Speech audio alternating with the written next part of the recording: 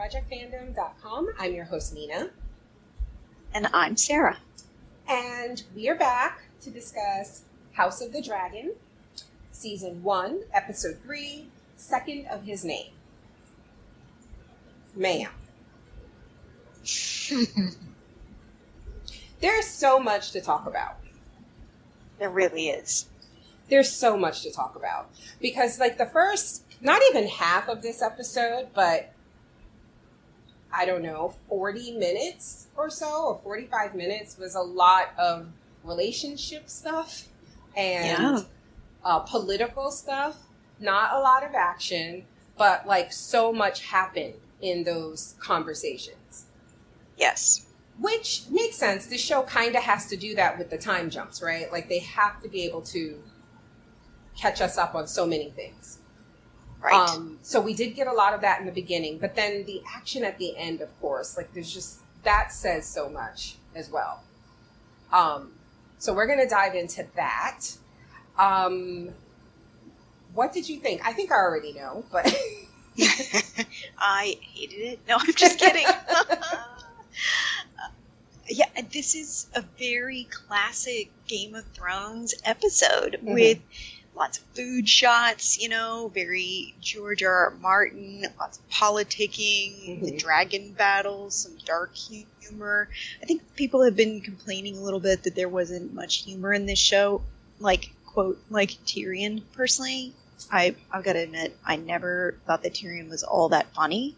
So, Same. like, for me, the humor that is in this show really sparks with me. And a lot of, like, nothing is spare in this show. Yes. All the people in the background are important. All the named people are important. All the people that aren't named are important. People whose names appear only in the closed captioning are important. It's just, it's so good. It's so good. It's so good. And, you know, I put, I'm so glad you said that about just how everything kind of matters. Yeah. I put a video in our group the other day, and it was like how Dumb and Dumber ruined Game of Thrones. And it was this guy going over everything we've already said, so I won't rehash it. But I've forgotten just how, like, unnecessary it was for those seasons to be bad. Like, this was they made decisions to shorten it, to go off to do nothing, apparently. But anyway, I am rehashing it, sorry. But in that video, it just reminded me, again, how when you have good source material, like, say what you want about George R. R. Martin, but, like, we all read, well, for those of us who read them, I don't know anybody who read the first one and stopped. Like, we read them, and we were invested. And for people like me, the show had a big part of it because I'd seen the show before I started reading them. But he knows how, he's a storyteller. He's a good storyteller. Yes. So those first few seasons were good because all they had to do was just put the shit on the screen. Right. Just put the shit on the screen. And when they stopped doing that is when it got, you know, worse and worse, and then we see how it ended. But with this, you can feel the writer's involvement. And even if it wasn't, like, if somebody told me, George R. R. Martin is actually super busy and he's about as hands-on with this as he was the final seasons of Game of Thrones, it still feels like somebody who understands the source material is making these decisions, is writing these scripts. Like, and you didn't get that in Game of Thrones, and especially towards the end. And the classic example, I think, is from, and I'll be honest, like, I don't remember book personalities as much as I remember show personalities, if that makes sense. So if there's, like, a big difference, like, I'm not the fan to point that out for you. But I know one thing I've heard from so many fans, people opinions that I trust, Ryan, that the character of Littlefinger in the book, you don't see him coming. Yeah, totally different. Yeah, and so when you have, like, in the very first season, right, him basically telling Cersei to her face, that he thinks he has all this power, is not something book Littlefinger would have done. Like, you get the impression that somebody who wanted that type of man on screen made that decision. Or they just didn't understand the source material. I just don't feel like that's happening here. And I've not read the source material, but from you guys' reaction who have, it just feels like there's a care being taken here that definitely was not present. Sorry, you can hear my dog losing his shit in the background. That definitely was not present, I think, in the latter seasons of Game of Thrones. I completely agree. Even if they make choices that are slightly different from the book, you can really tell that they have a respect for the source material and they are trying to stay within the bounds of the world and the themes that George is trying to get across. Yeah. And that's important. It's important. Yeah, I loved it as well. I gotta admit, I've watched a few people react to it, but when I rewatch it myself, I really start paying attention in the last 15 minutes. The earlier stuff is good, but I know what I'm coming back for. I'm coming back for my baby. Of course. Them Targaryen boys are just built different. So I love that. Yeah, I loved it. I loved it. Now, before we talk about the details, we're going to talk about the scenes. I do want to talk about Alicent a little bit because, okay, again, not having read the source material. Before this episode, my assumption had been, ever since I had that little brain fart on the first episode, it was like, Sarah, she gonna have a baby, ain't she? And you couldn't tell me, but now he's here. So, and another one's, apparently that's all she's been doing. Yeah, she's just breeding. That royal womb.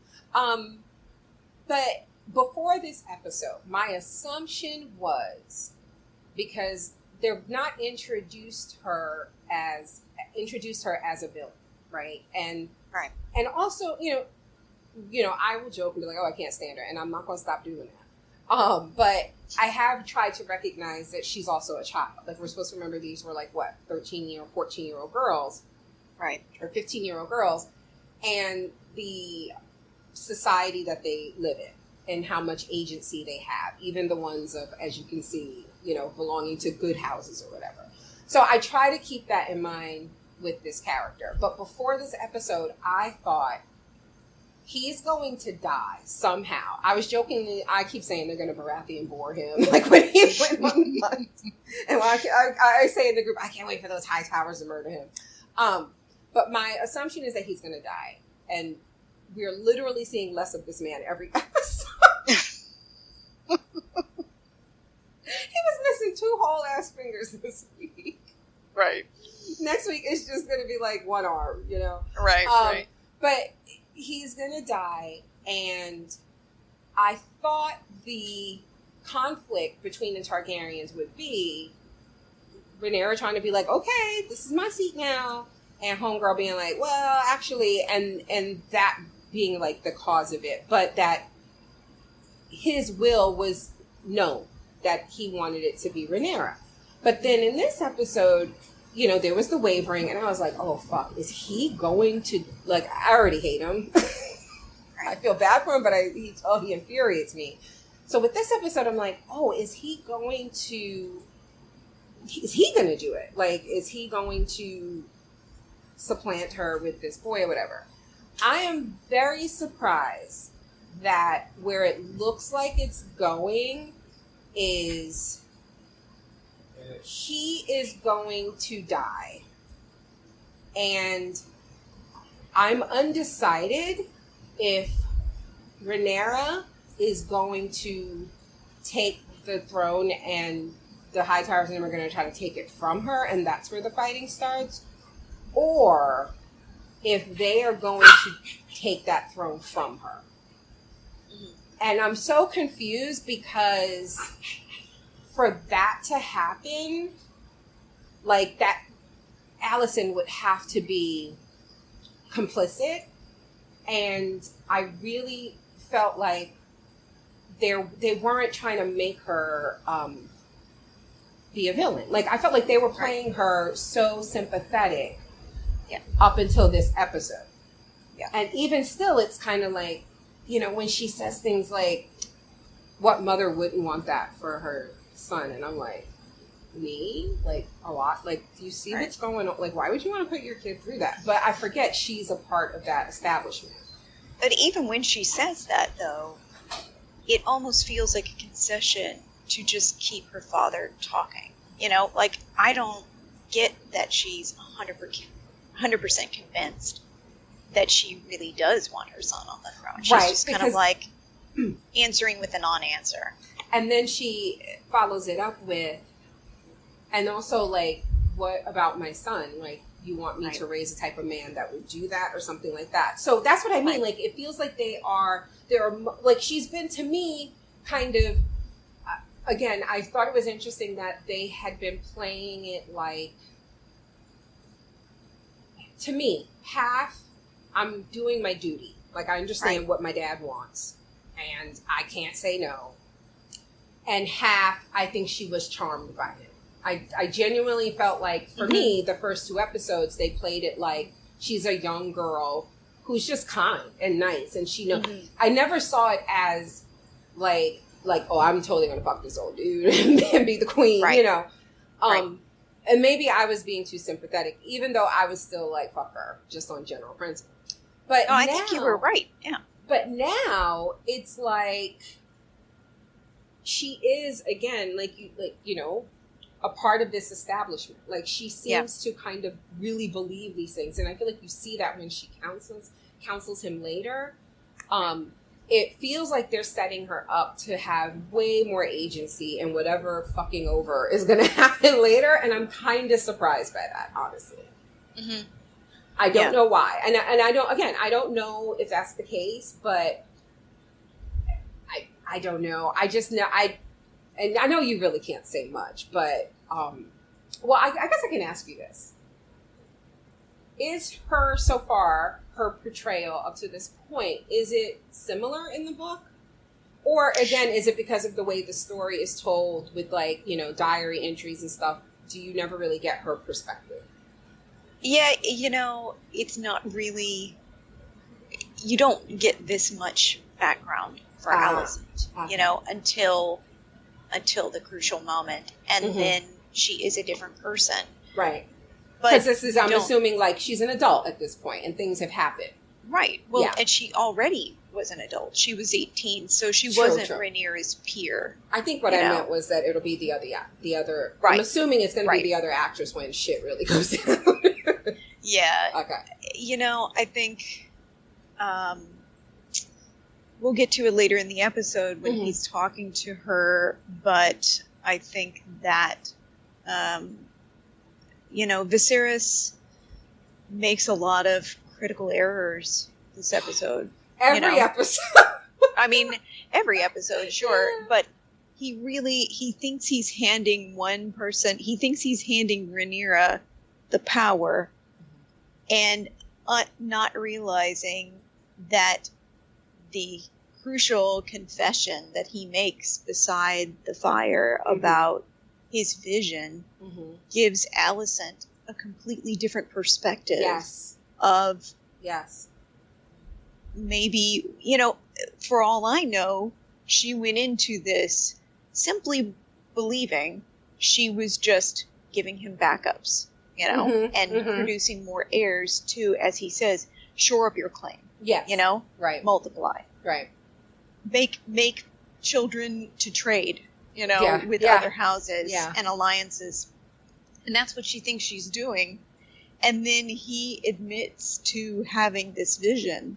And whether she believes this or not, believes in it or not even. Because she believes in the faith of the seven, not, you know, dragon. Just dragon magic bullshit, Right.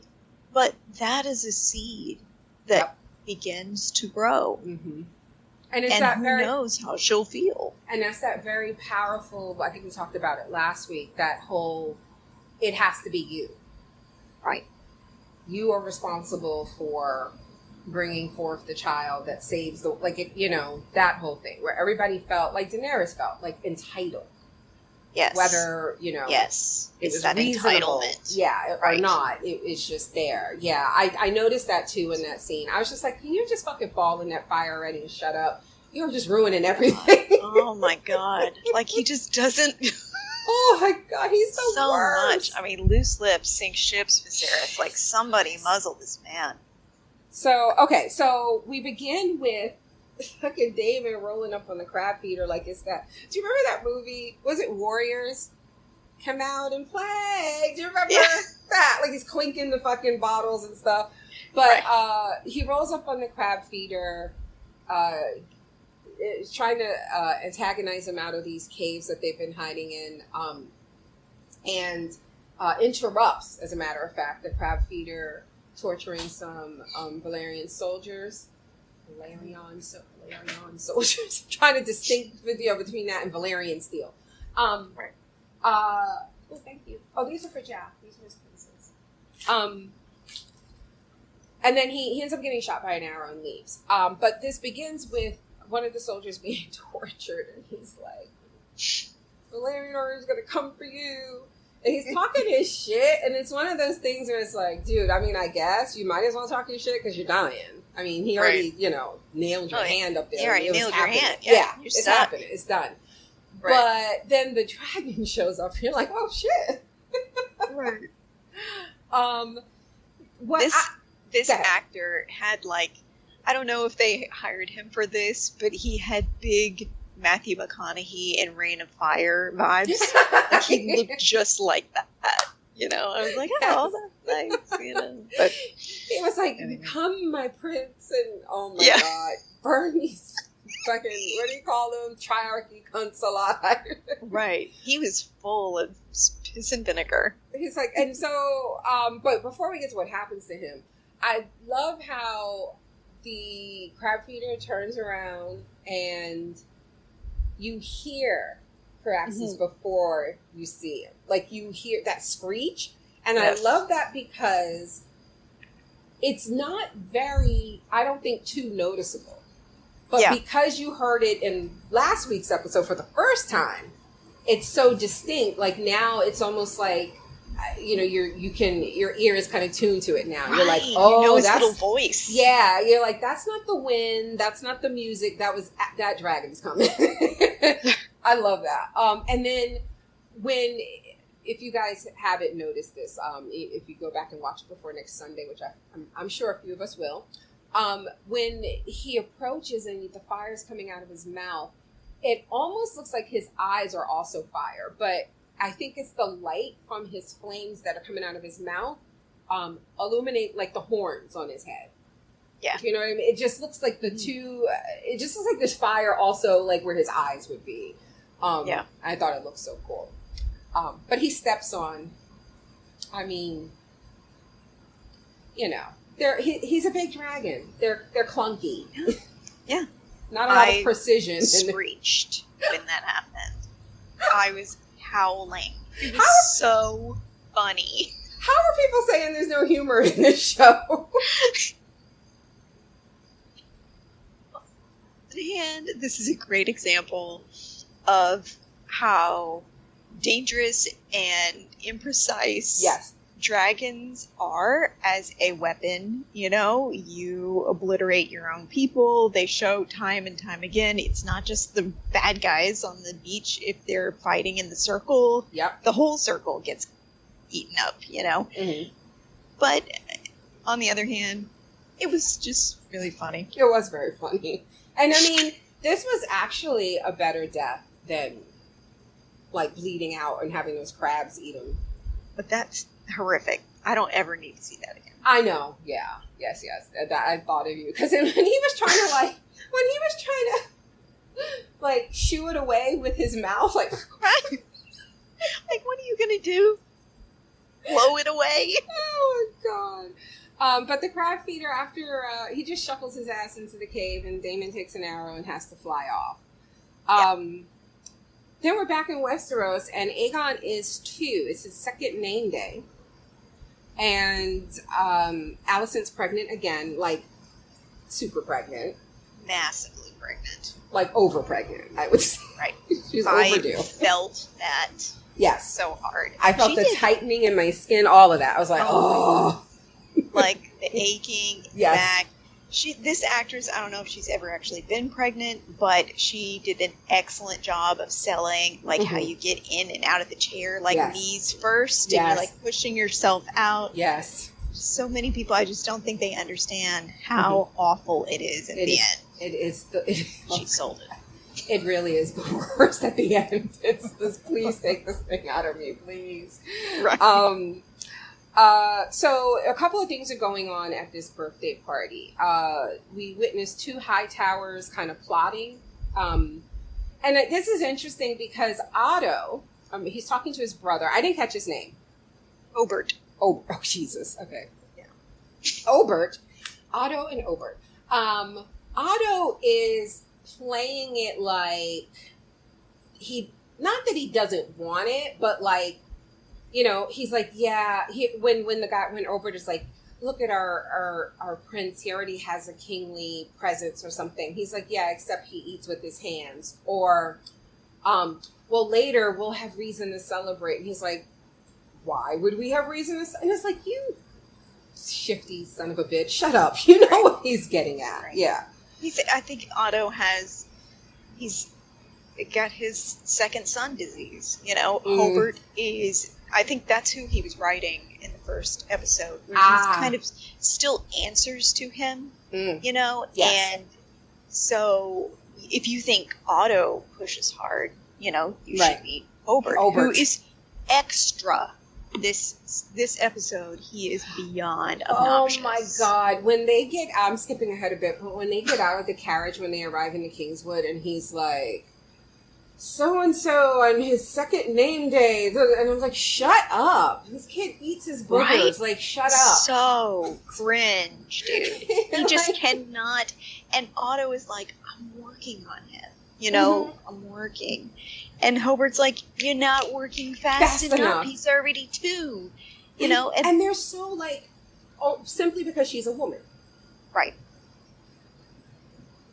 Like, I kept waiting for him to make a different point. And, that's it. She's a girl. Right. Because and the funny thing is, it doesn't matter. This kid is 2. He could grow up to be a fucking idiot, but he's still a man. Probably will. Yes, probably. Knowing these guys. Yes, sure. Chances are great he's going to be a fucking idiot. Okay. Viserys just wants to eat, celebrate. Right. He don't want to talk about the update that Tyland, who is, we learn later, or maybe here. Anyway, Tyland Lannister is the new master of ships. Because apparently, Corlys took his shit and left last week and never came back. Did not come back. Corlys been out here doing manly war shit. Because he said he ain't got time for these feasts and balls and tourneys and shit. Right. And that's all Viserys wants to do. He wants to eat from this buffet. As Tyland is trying to tell him, it's rough going in the Stepstones for Daemon and them. Yeah. He says, you know, Viserys is like, it's been 3 years. What's the rush? You can wait 3 more days. No, 3 more days, it'll be over. Right. But Viserys he will never be backed into the corner. That just makes him go the other way. And, you know, Alicent is trying to give him, you know, the eyebrows, don't do it, don't push it, trying to tell him, but it's so dire that he just can't help himself. He's got to say something. And this is the start of Viserys' tantrum. He just wants to party. Yes. He doesn't want to do king shit. I like when he was like, where is my daughter? Like, she'll know what to do. I was like, what is wrong with you? Right. He's always focused on the wrong thing. Somebody go find my daughter, as if she's, you know, as if he just wants a distraction. He just wants it to stop. And he thinks, poor, sweet summer child, that he's going to be able to party when this whole thing is politicking. And he loses it later, and we'll get to it. But, you know, the Lannisters lay out, I mean, one of the reasons that in the books, and in particular in Fire and Blood, that families get pissed over and over is because the Targaryens go on tours. And they go visit, and I mean, you are kind of supposed to do that in order to make sure that you are touching base, because, you know, Robb Stark or whatever can't come down to King's Landing all the time. He's got people. That's what she talks about later, right? Rhaenyra would go with her mother, like, exactly. Visiting. Right.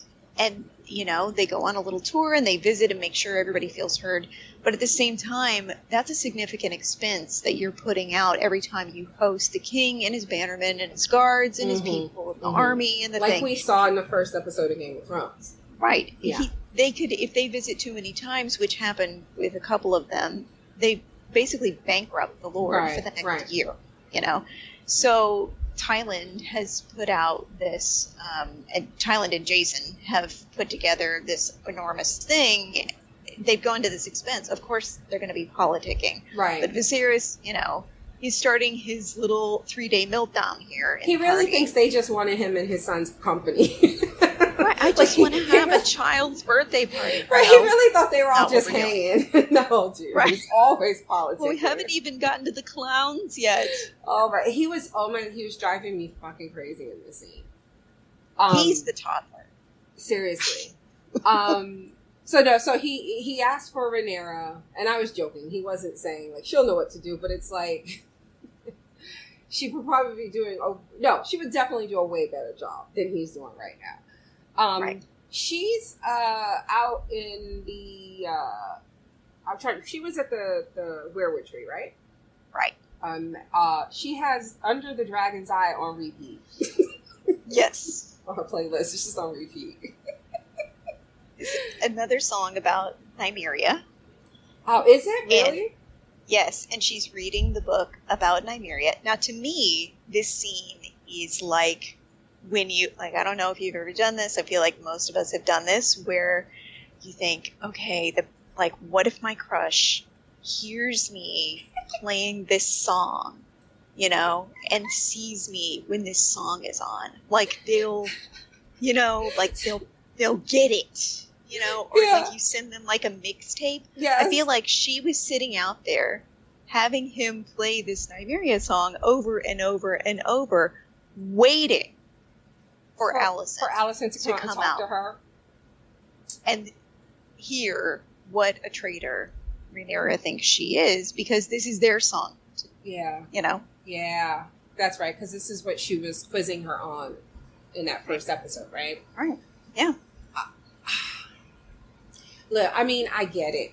I know that when they finally talk or fight or whatever the fuck it is going to happen between the two of them, I know it's hurt. I know it's a lot of hurt under her anger. And I get it. She has every right to be both.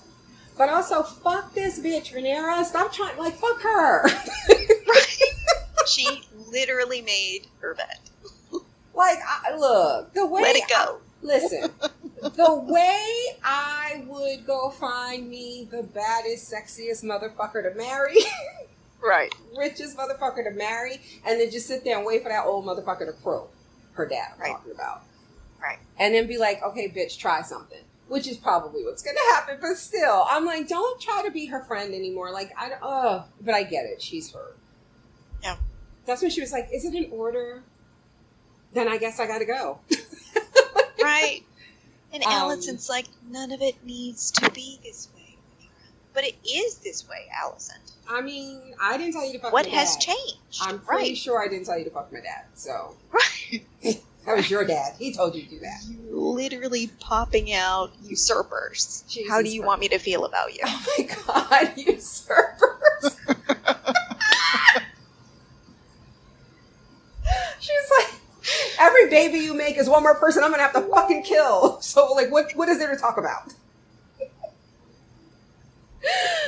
My dragon only has 2 hands to pick him up and throw him. Right. Oh my god. So they're on their way to the Kingswood. Oh Jesus Christ. In the carriage on the way there, it's super fucking awkward because it's like your dad's new wife is old enough to be your best friend. Oh wait, it is your best friend. Your little brother, your little fucking usurper brother is sitting there being a brat. Right. Looking like Children of the Corn. And she's ready to pop out another one. And then this bitch makes a comment about Aegon came quickly and without fuss. While mine own mother fucking did not die, did not make it through fucking childbirth because of this man's obsession with having a son. Right. Talk about putting your foot in it. What are the midwives? Even they looked at each other like, right. Oh. Yeah. It definitely felt like not only was she lying about him coming quickly and without a fuss, but also wrong move mentioning how easy labor is. Oh my God. Do you think she was lying? I thought she was telling the truth. Oh, I think she was lying.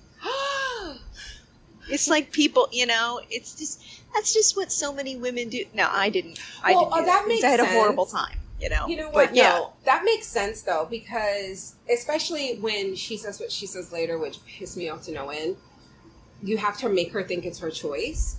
Right. And like, bitch, don't be coaxing my dad. Don't be coaching him in how to manipulate me. Like, ugh. Right. Oh, that was some slimy shit. But anyway, I could see where because she knows that he's preoccupied with marrying her off. Mm-hmm. That it's like, oh, making it sound like it's no big deal. Like, oh yeah, childbirth is not. Yeah. Yeah. Oh, you forget all about it afterwards. No, you don't. Unless you die. That's the only time. Otherwise, no, you don't. So I love also here where he starts, trying to lecturing her about her duties and responsibilities. And she goes, as I am ceaselessly reminded. And he goes, what was that? And she was like, as I am ceaselessly reminded. Did I fucking stutter? I was like, oh my God. She is a teenager. Like, she's like... Oh, I wasn't mumbling. I will say it to your face. I don't give a fuck. Like, right? Like, Anne, you heard me? Shit. He tried. I love that so much. He's like not even a good parent. I was just about to say, he's so inadequate. He's inadequate in every position in his life. He's just not good enough for it. Like, he's always ill prepared. He's going to make the wrong decision every time. How do you like to participate? Because you have to do something, And I thought her answers, what do you suggest? I thought all of her responses were great. She was like, I don't know why I must. Like, who's here for me? Everything. Right. She was over it. It is the way she finished that. Now, I saw some people responding to her statement that no one is here for me, like she's being bratty. I felt like it was devastating because she's right. No one, not even him, right, is there for her. Right. No one is there for her. And I thought the line was written that way, that it was literally because she's like, if you've ever, I have been this way with your parents, or in a situation where you're doing something that you don't want to do, and everybody knows it, right? Like, you don't want to be here, right? And he's saying, well, do this, or perhaps we'll go to the hunt and do this, and he's trying to come up with bullshit to make him feel better about forcing her to be there. They're so fucking manipulative. And so her saying, literally, no one's here for me, is like, these people aren't here to see me. But it's such a beautiful line, because when she says it, it feels like I don't have anyone, which she doesn't. It feels like she's not talking just literally here, that it goes both ways. And that's what I loved about it. Like, literally on the surface, it felt like a bratty thing to say, like, nobody's here for me. I can just fucking sit in the car. And by the way, she was fucking right, because nobody fucking noticed that she never got out of the carriage. But I think what it was supposed to convey is what you get from the way the actress delivers it, which is, I have no one. Everyone, they're all just waiting and plotting for ways to have you take this away from me. Yes. In fact, they're all here to see me be supplanted. Yes. Yes. They don't give a fuck if that baby, they would not give a fuck. If she had a girl, they wouldn't give a fuck that she made it to 2. Right. Okay. So now we're at the pre-hunt dinner, it looks like, and there's a couple of interesting things that happen here. What's his name? Lionel Strong? Lionel. Lionel. We see, as they're arriving, we see him with two of his sons. And one of his sons has like a brace or something on his foot. Mm-hmm. I don't know what the term, I feel like there's a term for it, but it might be derogatory, so I'm not going to say it. Well, but they call him Larys the Clubfoot. Ah, okay. So that's his name. And so when they're inside, though, there's like a little lady kiki going on. And Larys is like, can I sit with y'all? Because and I'm like, look at him sitting around and get all the tea with the ladies. And in this conversation, we hear that a woman named Joanna Swan was kidnapped. Yeah. In the Stepstones. So a ship that she was on was taken over by the Triarchy, and she was, why am I laughing? She was sold to a pillow house? Feather house. Yeah. I don't know. I don't remember. Pillow house. A whorehouse. Yeah. Yeah. So because her father would pay the ransom. He's like, I got a son. I don't care. Well, exactly. It wasn't in the book. The ransom is not even that high. And he's like, no thanks. And she's a highborn lady. So she gets sold to a whorehouse.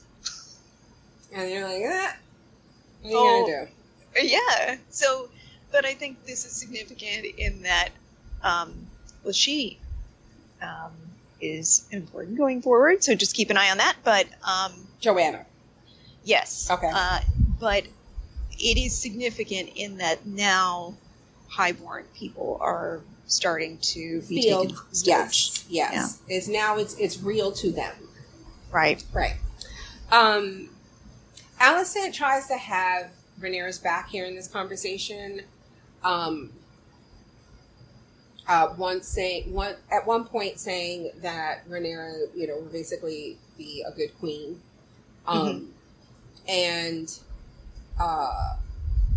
when Rhaenyra says that the crown is actually not at war, it's Lady Redwine who's like, girl, where the fuck you been? Right. We are at war. Mm-hmm. And this is where I decided, like, in retrospect, like, after the first time I watched the scene, I feel like what she said, or the way she said it to Rhaenyra, was so nasty that I was like, I'd have this bitch killed. Like, that was my first reaction. But then I watched the episode again, and I was like, Nina, how high were you? Because it wasn't even that bad. It was more like her tone. Right. But seriously, I would be the worst princess with a dragon, because I would use that shit. Well, the whole scenario is interesting. Although I do love at the end how when she says that, Larys, like, shoves the whole cookie in his mouth to, like, keep himself from saying something, Yes. But the whole scenario is interesting because here she is. She's the crown princess. She's the heir. She doesn't fit in with the men who are talking because her father hasn't made a place for her with the men and hasn't made them accept her as the heir. He made them kneel, but then he put the pitcher of wine back in her hand, and she hasn't been allowed to say something since then. Right. So she can't mix with them. And then this is the Ladies' Council, where Alicent is presiding, which is a very important role for the queen in general, but also for Targaryen queens. It's extremely significant, and it goes back to, like, Jaehaerys and Good Queen Alicent and how important she would take the women's concerns and bring it back to the king. So this is a big thing for them. Well, she doesn't fit in there because they see her as not a queen. Right. Like, she's not an advocate for them because she's not really a lady because she's destined to be on the throne. Right. So she doesn't fit in there either. But the comments that they're making to her are very barbed and very unfair because that's something you wouldn't say to an heir if it was the prince. Exactly. Because there's nothing that she can say in that moment, whether they're correct or not, that will not put her father in a difficult position. Right. She can't say, I agree with you.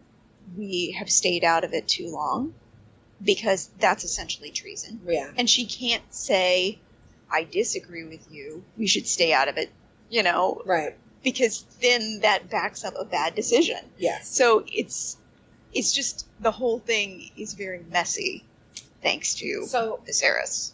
So she did her best play, which was to say something smart and then walk off and remind them bitches that yeah, she shuts her down. Yeah. And that was really the best she could do. So then Jason Lannister shoots his shot. This is so awkward. Oh my god. He's like, look over there. You see that? They say Casterly Rock is taller than the Citadel in Old Town and taller than the wall, and you can see Essos from my bedroom. I don't know. He was spitting so much bullshit, and then he was like, and I don't have a dragon pit, but I can build one. And she's like, what the fuck you need a dragon pit for? The way he's like, look out and imagine. Yes. Like, I'm looking at scrub oaks. Yes. Like, what? What? Jason. Go away, Jason. And when such a Jason. Seriously. When he first was making eyes at her, she wasn't paying him no mind when she walked into the party. Right. And I saw his clothes and I looked at Donnie, I was like, ew, a Lannister. And you warned me they were coming, but yeah. So then things get good and messy because she goes back inside and she's like, you're trying to marry me off. And they were so fucking trash here. Like, oh my god. Get your shit together, which is basically what Otto tells them. Yes. It's very, reality show. Here you are in front of everybody. And everybody who's anybody. And you two are showing your entire asses.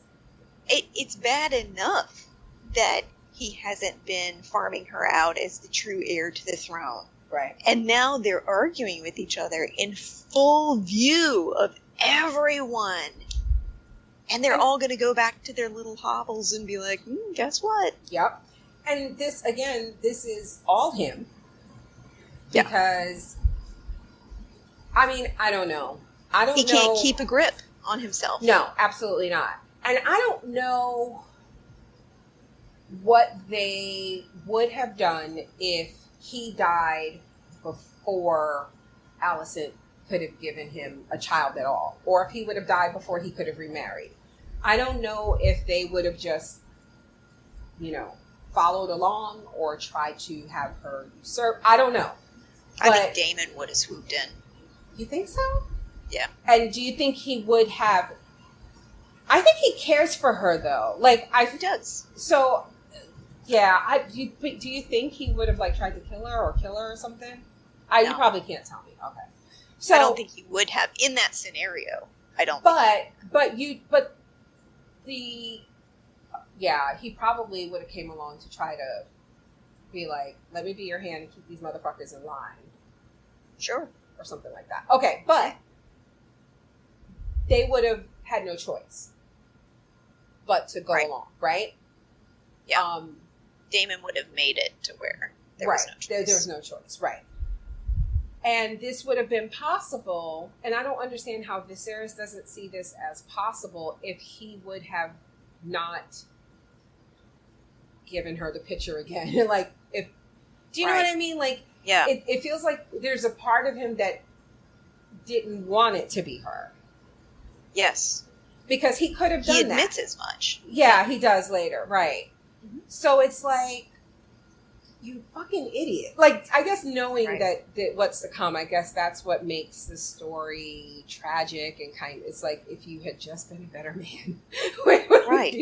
Right. He just keeps putting it off. Jesus. So yeah, they get good and messy, and Otto interrupts this and brings up the white stag that's been seen in the Kingswood, and that if their own king could capture and slay this beast, it would be a good sign for Aegon's future. Yeah. Which later, you know, Viserys links that to that then means that maybe I did make a mistake. And maybe if I do kill this stag, that's saying something about Aegon being special and perhaps I should supplant her with him. He kind of takes it there on his own, right? Yeah, I think in this moment, his sputtering really struck me as classic Viserys in that he just cannot recalibrate at any given moment.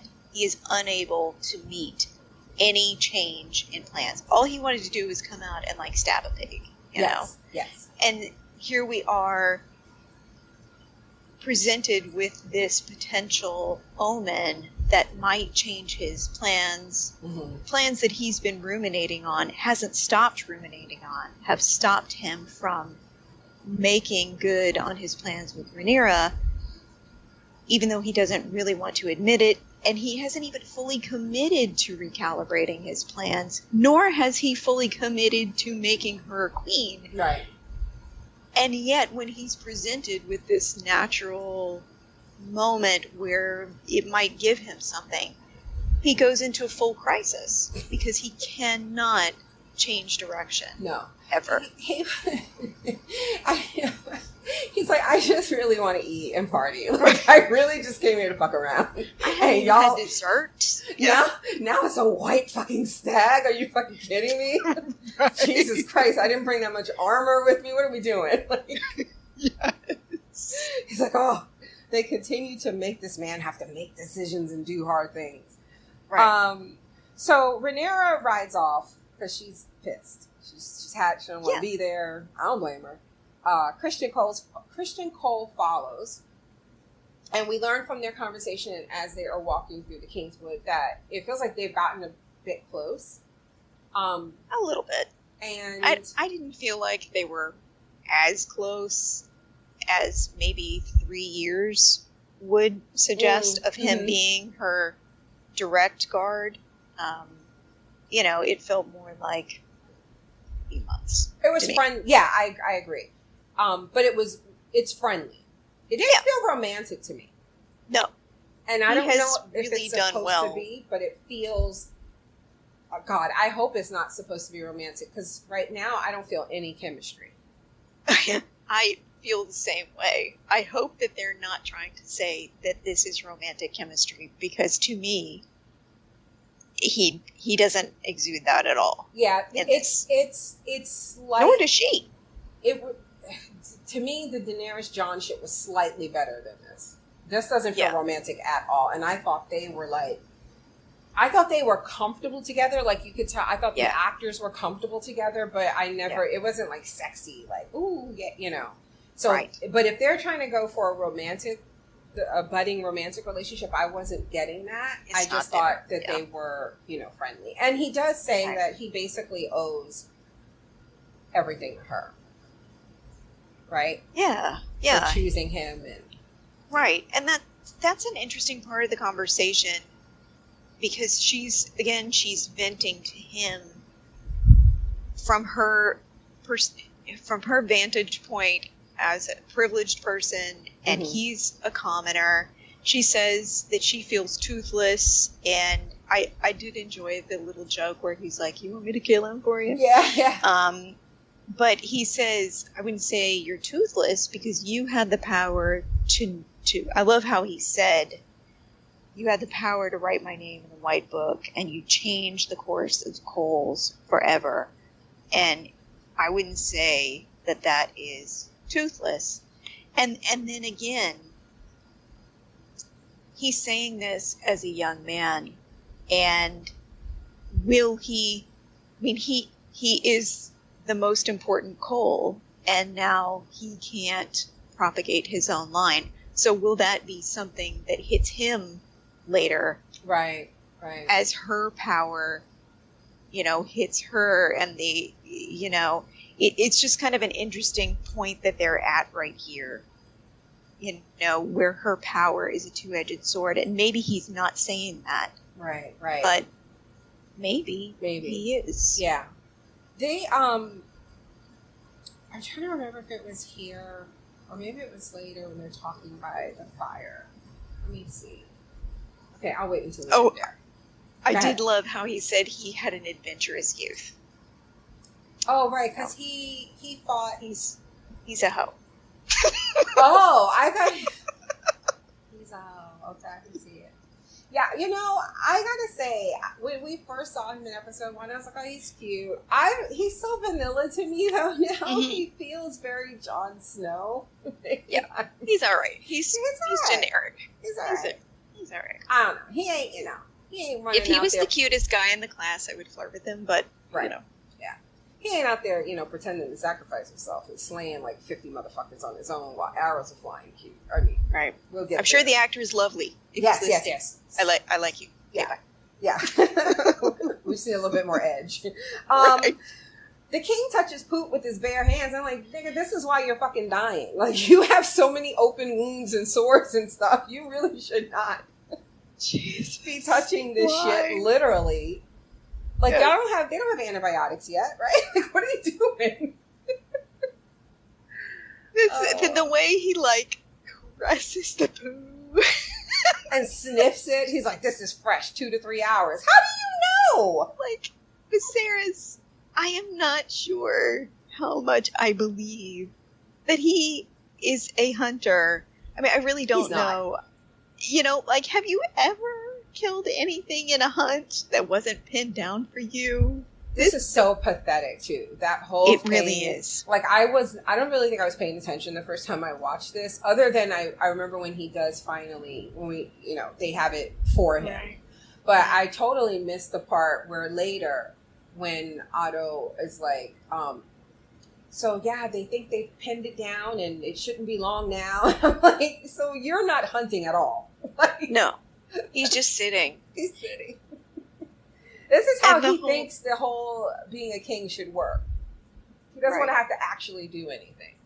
And the crazy part to me is, in that case, just let your guy... Can't you just, as if, how you name a champion, in the... Yes. Just name a champion in the hunt and just let him go out there and kill it. Let him do it in one merciful stab, unlike you idiot. Just lay it at your feet. It would be so much better for everybody. So then Jason overshoots his shot when he tries. This dumbass. He's like, here's a gift, and I'm gonna. My family, we got strength, and we got more than enough money to make up for Rhaenyra's lack in station. And he's like, what the fuck are you talking about? Right. Jason like, do you think goes full Jason here. And the funny thing is, everything he said when he was like, do you think we the Targaryens need strength? Why would she... Who's questioning my decisions? And he's like, no. And I'm like, yes, everybody is questioning you, dummy. Yes. Viserys gets it. He gets it. It's not that he doesn't. He just doesn't. He does the wrong thing. He's presented with problems, and he picks the wrong. So first of all, he sits on it until he can't anymore. Right. So he's forced to do something, and then he does the wrong thing, which is typically the easiest thing. Yes. Right. And the Lannisters here are so clueless as to reading the room. Viserys is in a full spiral at this moment. He is smashed. He's gone beyond happy drunk, pleasant drunk, chit-chatty drunk. He's in depression mode drunk. Yes. He's looking at the baby. He's about to start standing, singing on a table and crying. Oh my God. He's been looking at Aegon, and he's spiraling. Mm-hmm. And this is when Jason makes his move. Why? Because Tywin don't exist yet. Because the current Lannisters are the idiot generation, apparently. Because they have to die out until he gets this weapon. Tywin is born. Jesus Christ. And he's like, he goes, thanks for the gift. And then he hits him with that face that somebody compared to Daenerys' face when she was talking to Sansa. And that final season, like, please get out of my presence. That's that Targaryen, I could have a dragon eat you face. Oh my God. When he says, it's quite a thing, and that's all he says. Yes! It's like, that should have been your clue. Yes. You know? Oh. And in this moment, Jason, the framing, like everybody keeps putting words in Viserys' mouth. Jason frames marrying Rhaenyra as neutralizing her. Yes. Saying that what he could offer her would compensate for her loss in station. He thinks he's giving the king what he's looking for. Mm-hmm. And that's what he's looking for. But the interesting thing that they don't fill in here, and I don't feel it's very spoilery, but the Lannisters are after dragons. Like, they want one. Of course, you know, they it's do. not just a joke, you know, that he could build a dragon pit. Right. They desperately want one. And they try to get one. I think even Tywin is trying to get a dragon egg, even when we're in Game of Thrones. So I really it's just so funny to me, like, white men. Like, what? Right. Like everything they know about dragons is Targaryen, right? To the point where it's like, even within the Targaryens, like, they have riders bonded to, you know. And then, of course, there's, like, the rumors, and we saw it with Daenerys for some reason, but apparently no one else. Like, she couldn't be burned, and, you know. Yeah. So, the audacity of a white man who's not a Targaryen to be like, I'm gonna be different, though. I'm gonna tame me a dragon. Like, right. You big dummy. They like me. Right? I'm like, my money, if I could just get enough money and my connections or whatever and obtain a dragon, it's going to work for me. Like, why would you think that? Right. Yeah. Like, I wish they would show that. Only ridden bicycles in their lives thinks they're going to buy a Lamborghini, you know, and drive it off the lot. Yes. That's not what's going to happen. That's not what's going to happen at all. It's so funny you say that, because I was just thinking about, like, wherever the fuck Vhagar is, and some fucking Lannister poachers show up trying to capture her. Like, please, sis, kill these motherfuckers. Toot sweet, please. Right. Oh my god. And then so here good. come Otto. He's like, I know Jason was talking his bullshit, but what about Aegon? It's like, are you crazy? He offered up this toddler. And I think, honestly, because I worried how, like, if it sounded too dismissive about when we say things like, well, yes, marrying 12-year-old Lena is terrible. It's just terrible. Right. Shouldn't be marrying 12-year-olds. But within this society, this is not, you know, they're not, you know, her father is offering it up because this is just how it is. Right. And I worry that it felt like maybe I was too, you know, like, I'm okay with this. But if we are that, like, this week, Otto wins, right? Like, because this kind of shows, though, that it's nothing for them. Like, that not only that he could suggest this, but that if Viserys went along with it, the realm would be okay with it. Like, in their minds, it would be like, yeah, that 18-year-old, 19-year-old girl is betrothed to her 2-year-old brother. Right. And everybody would be fine with, that's how much they hate women. Right. Because, again, it would essentially neutralize Rhaenyra. Yep. Because by the time Aegon is of age to father any children, vomit, with her, she would be 30 years old. Yep. And what is she? She's going to make it through 1 or 2 births and die, you know? Yep. That's not... Or she would already be dead by then. Yeah. Yeah. And they could just get rid of her. So she won't have reproduced at all. Mm-hmm. So she's just keeping everything warm, you know? These treacherous motherfuckers, man. It's horrible. And it goes to show, like, they don't even care about Aegon. They don't care what sure. his life is like and what he may ever want. It's just, right. That's your grandson. He's like, marry him off to Rhaenyra. Someone you would absolutely have killed. Right. He's like, marry my grandson. And to his credit, Viserys laughs in his face. In his face. Patty Constantine. What, Constantine or Constantine? Constantine. Yeah. Constantine. He is so good. I don't say it enough, but like in this episode, he was just like in every scene, he was amazing. But here, it just felt like so like I believed he had just heard that absurd suggestion for the first time, and he found it utterly fucking ridiculous, and that was the laugh that came out of him. Like if you told me he never rehearsed that scene, I believe you. It just felt natural. He just did it. Right. It was so ridiculous. And then he whips out, the F word. And at this point, Otto is like, I was never here. Yes, he just waves his hands in front of his face. I'm gone. I'm gone, bye. We never had this conversation. Then here comes Lord Lionel Strong, bringing reason and good advice, as he does every episode.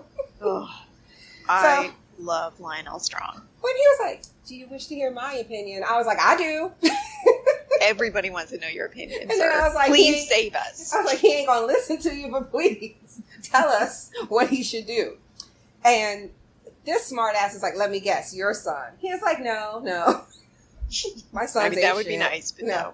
He's like, I'm not stupid. No. He offers, and I really feel like he wouldn't want for his son. He's like, I don't want no parts of this crazy train. No, thank you. You motherfuckers are crazy. No, he offers Laenor, who is Laena's older brother, Laenor Valerian. And he's like, he's clearly the best choice for all the fucking reasons I told you to marry his sister, you dummy. Right. Still maintains this is, and I like how he, he's so good with it when he was like, it would go a long way in making Corlys feel better about grievances, real or imagined. Right. He's so diplomatic with it,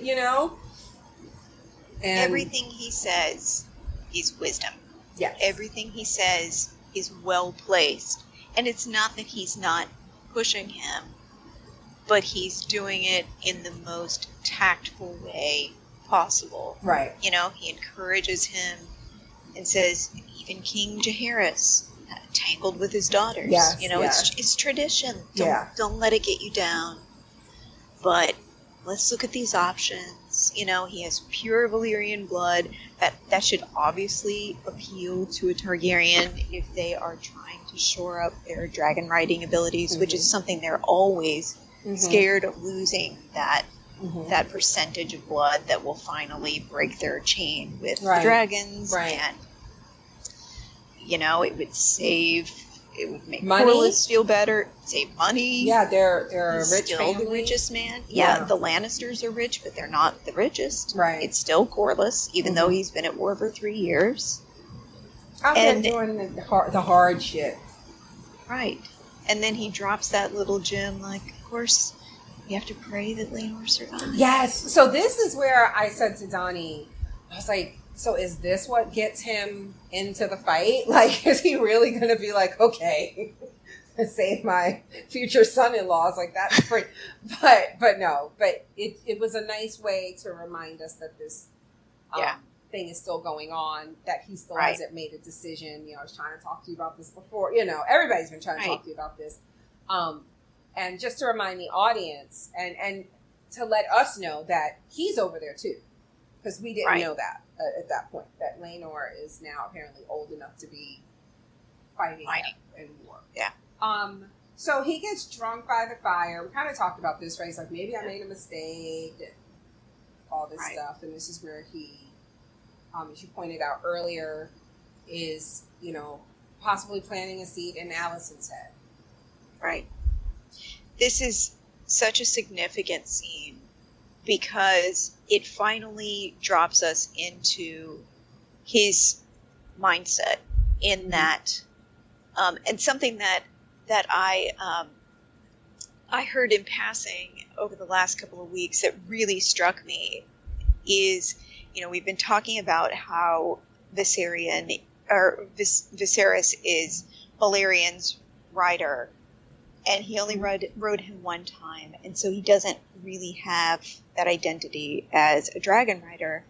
And if you know anything about his Dark Materials, the Golden Compass type universe, they are represented by their souls are on the outside of them, represented by a creature, and if they're separated from their demon, it's called, but it's spelled Daemon, ironically, that if they're separated from their soul animal, then the person becomes this husk of a person and just kind of withers away, and then the little soul, if it survives even that moment, they're kind of doing some kind of dark magic to keep them active. There's this experiment, and they just drive themselves insane, and they're lost without their little person.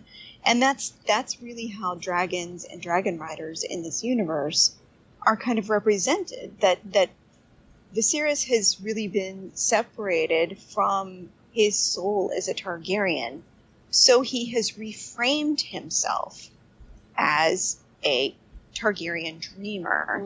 And these are very rare people, but like Dany's the dreamer, because he mentioned that, whole family. Yeah, he, at one point that he kind of did, kind of latched his identity onto being a dreamer. And he said, after his son and wife died, which he gambled his vision on them. Yep. And he doesn't feel that it was worth it. So he lost hope and stuck his hopes onto Rhaenyra.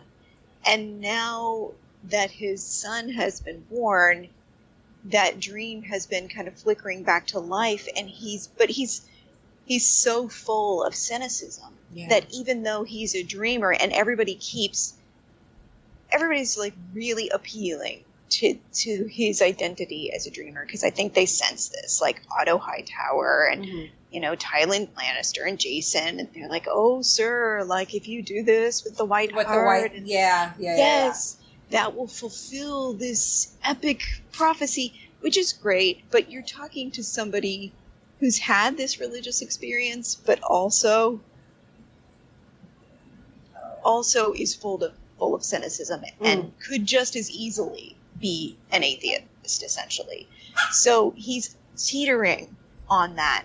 And so he drops a little bit of the hope into Rhaenyra, but he lets Alicent in on this thought that she's never heard before, that has made him who he is as an adult, has shaped every thought for the last 15 years. And she's going to latch onto that. I was just going to say, do you think, because again,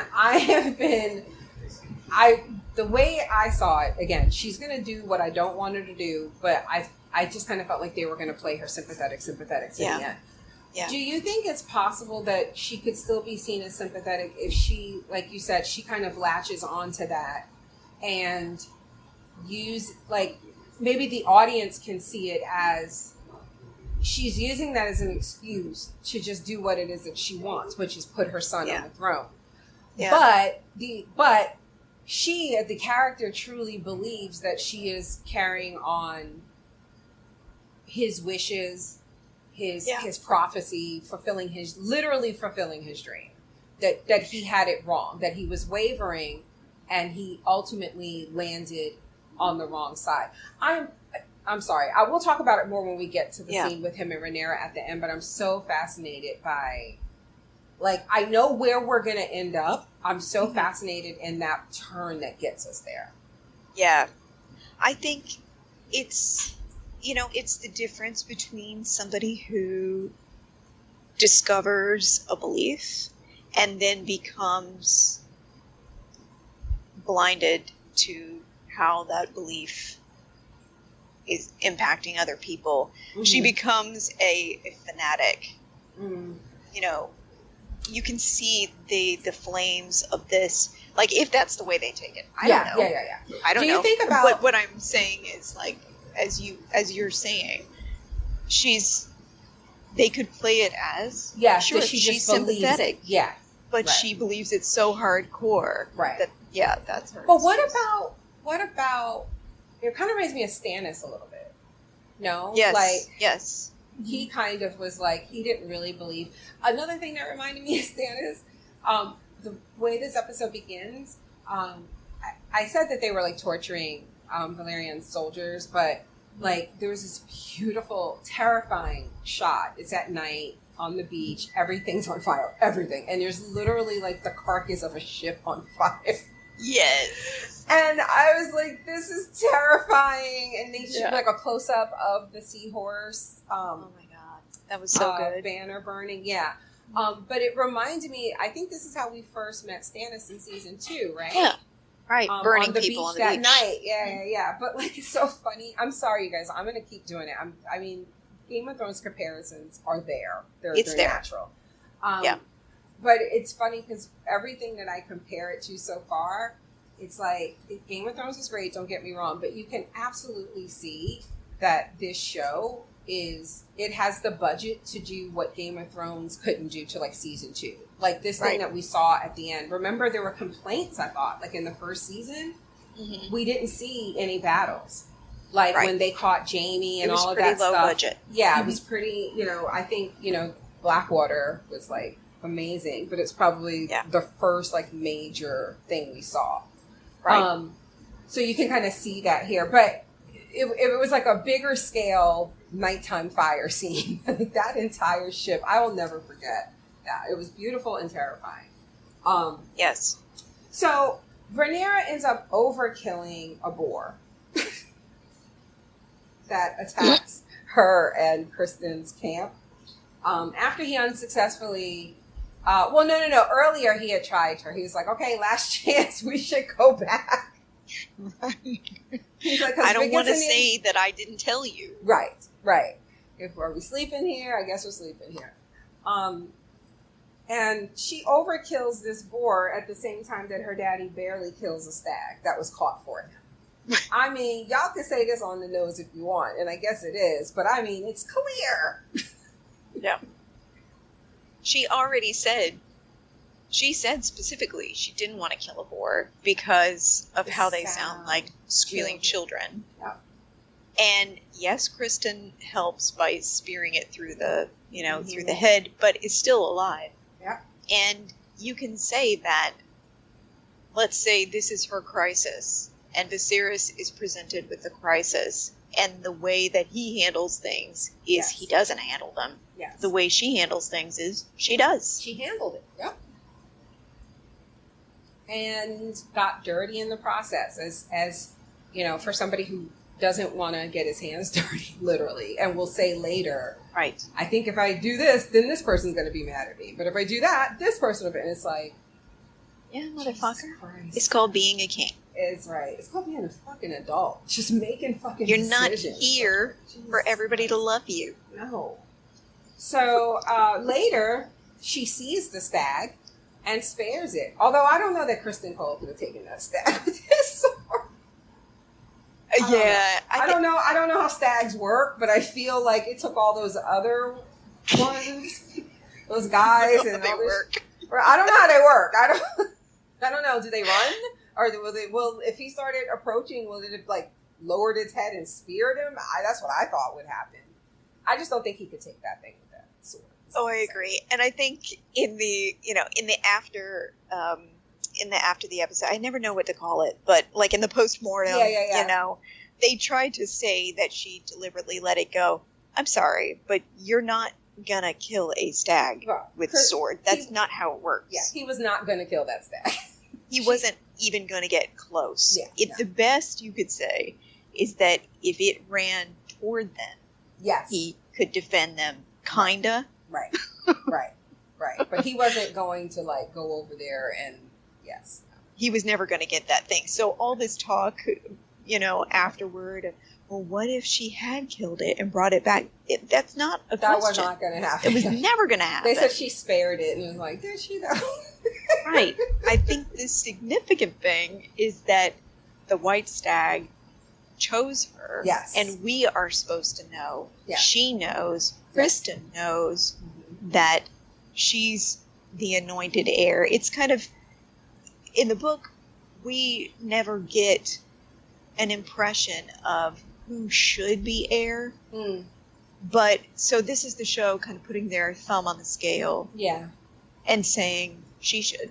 Yeah. And she knows it. And Yes. he knows it. But We this all is a know it. private revelation. Right.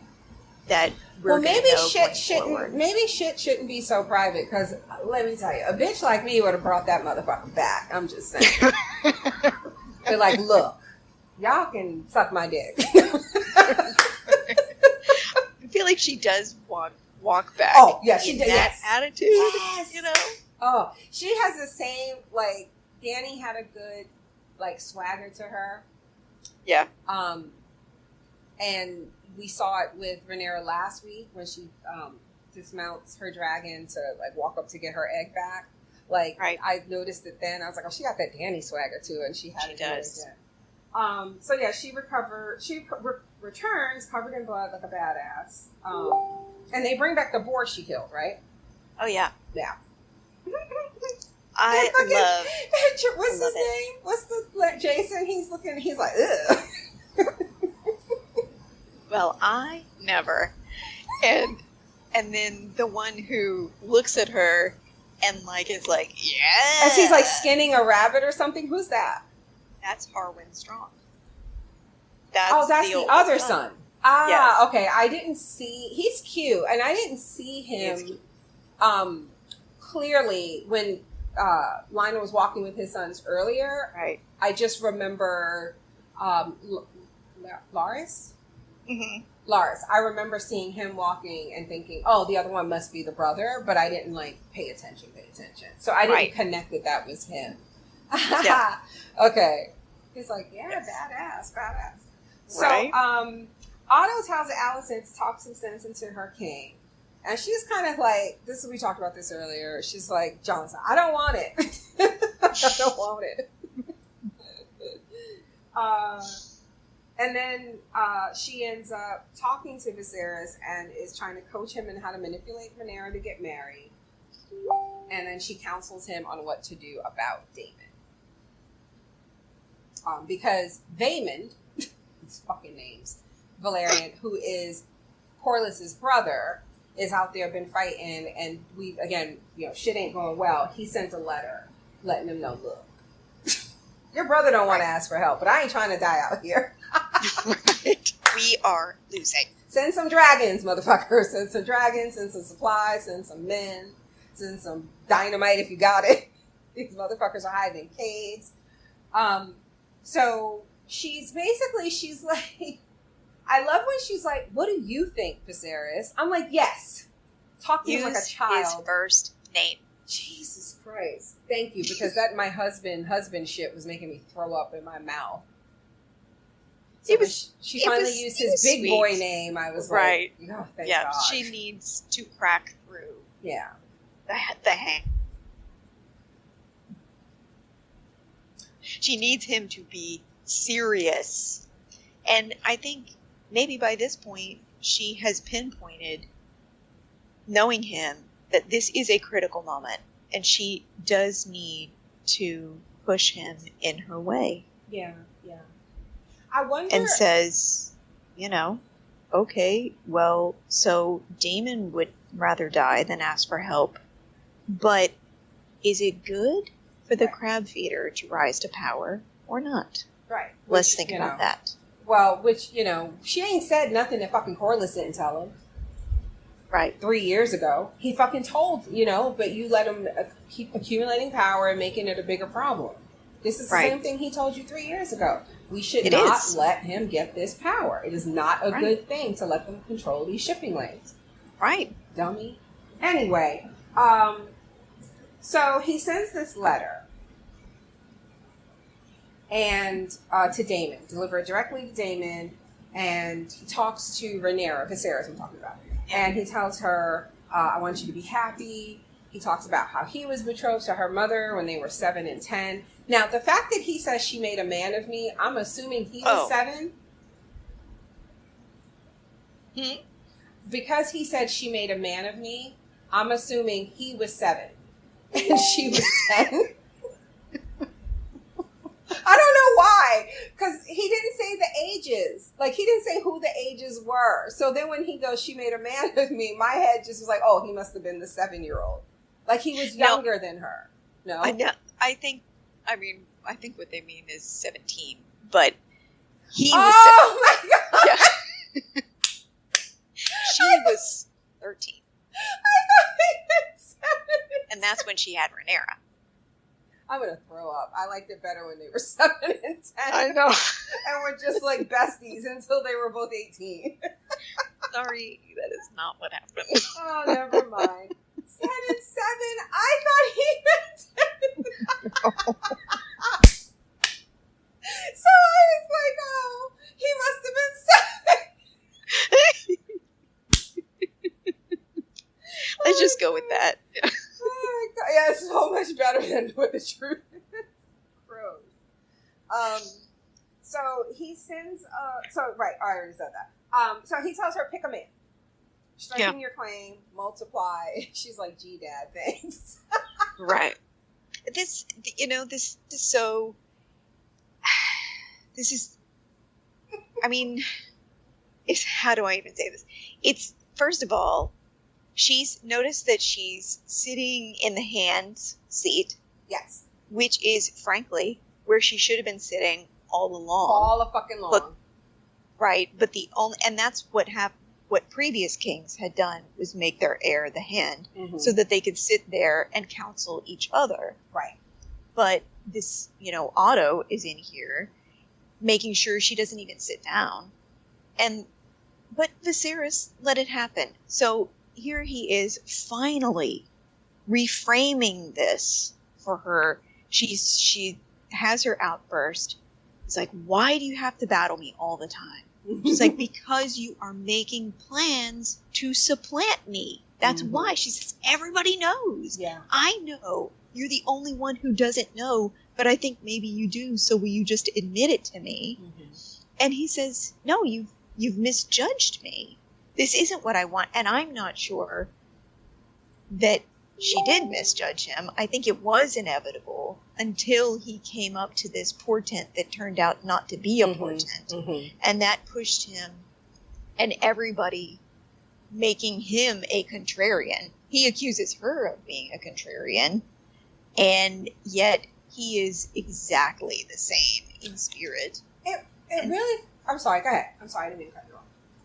And it's just ironic that he accuses her of this, and then he says, okay, well, let me reframe this for you. You do have to marry for political advantage. Yes. But I'm not going to sell you. You make your alliances. Think about it like that. Back up your own claim. Multiply. Shore up your claim. Bring strength yourself. Buy the strength that you want with yourself and bring it back here. Now, here's the thing. This is great advice, right? Like, if this is what you want, like when they were fighting. Right, well, when they were fighting and he said, I'm not above following tradition and, my duties and stuff. So it's like, I get what he's saying. It's like, if this is what you want, like if you want to take over for me and be queen, there's shit that you're going to have to do. Like, Daenerys thought she was going to redo shit, like break the wheel, right? He's like, you got to participate in it, and this is part of participating in it. And it means, you may have to get remarried soon after your wife dies in childbirth and all this stuff, right? But I feel like, so in that sense, I get it. And it's like, finally, he's pushing her to do one thing. But on the other hand, he also should have had her be his hand. These are the kind of conversations they should have had 3 years ago. You know what I'm saying? Like, this should have been, and it could have started the same way, right? It could have started with her at 15 being like, I don't want to get fucking married ever. right? Right. But you're counseling her, right? And then as she's seeing the job that you hopefully are doing, and she's learning the job, at some point maybe it clicks to her, okay, I might have to marry one of these motherfuckers. Like, right, it's right. you know, but like he didn't couple that with the other knowledge that she needs to have. But I do personally 100%. feel like she's a strong, smart character. Like, I don't know how much she's missing. Like, I feel like if she were presented with all of these problems, I have more faith in her coming up with solutions than this knucklehead. Yes. But what I was going to say before was this reminded me also of Daemon, where when he doesn't know how to deal with a Targaryen more Targaryen than himself, he's like keeping them away. Like, you know, like, and Daemon was like, you gave me every other job except the one at your side. Yeah. Yeah. It's the same thing. Right. Ugh. Okay, so then we get to... but he swears on her mama. He swears on her mama's memory that he will not supplant her. Now, this is where I'm like... This is where I feel like they have to... At some point, Alicent's not going to be sympathetic, because if it stays as this, unless something happens before he dies where he starts wavering again, which is completely possible because he's a fucking dickhead, I'm like, or unless he's lying. I believed him, but the actor's good. So, unless he's lying. Yeah, I believe that in this moment, he does believe this and intends to carry it out. The problem is, I mean, first of all, the setting is telling us that this is like his last significant move, because like the sun is setting behind him as he's telling her this. It's setting on him and his 8 fingers. Right. It's a completely different scenario of her, you know, striding through the park in her blood-drenched baptismal clothing. He's kind of like, all right, this is off on you, but they're in private. Like, it's wonderful to tell her, all right, I wavered, and I'm done wavering. I will never supplant you. I swear to God. But he doesn't say that to anyone else. You know? It's like this is like the fucking letter Cersei ripped up and was like, now what? Right! Like, he makes the whole thing her problem. It's great to tell her, go out and find somebody who pleases you, negotiate it, bring your own strength to the table. But he has to take his part and go to each of the lords and make sure that the right men are sitting at the table. Yep. And the only man sitting at the table that would be behind her is Lionel Strong. And Beesbury, maybe, but he's never at the table. This motherfucker, as always, setting it up. It's pathetic. A problem. Okay, but then all the really good shit happens, right? So we're at the Stepstones, and we see a dragon in the background fucking shit up. But apparently it's not enough, okay? Because they have pinned down this triarchy, but they're pinned down like in this cove, and they're they have archers at the high ground, they got foot soldiers below, and every time they get close, the dragon gets close, they just retreat into the caves, and the dragon can't burn through the caves. So a lot of people, like when I first watched this, I was like, why is this so hard? Because at first I was like, and this is thinking they only had 1 dragon. Then today we found out they had 2. Or this week we found that there's at least 2 dragons here, right, in this war. It's like 1.5. Well, hey! He's a little guy. But listen, you take that back. He's a whole dragon. But he's very young. Is he? He's cute, though. So he's a goofy faced dragon. I love it. He's like a puppet. Yes. So I was like, why haven't y'all finished this one now? Because I'm going to be honest with you also, I don't think my brain connected the time jump in the same way. Because with the first plot we got going on with the Kingswood and all this, like you have a toddler here showing you it's been, you know, and she's busting at the seams, okay? But here, I was just like, wait, y'all been doing this for 3 fucking years? Are you kidding me? Yeah. Like, that's a long fucking time.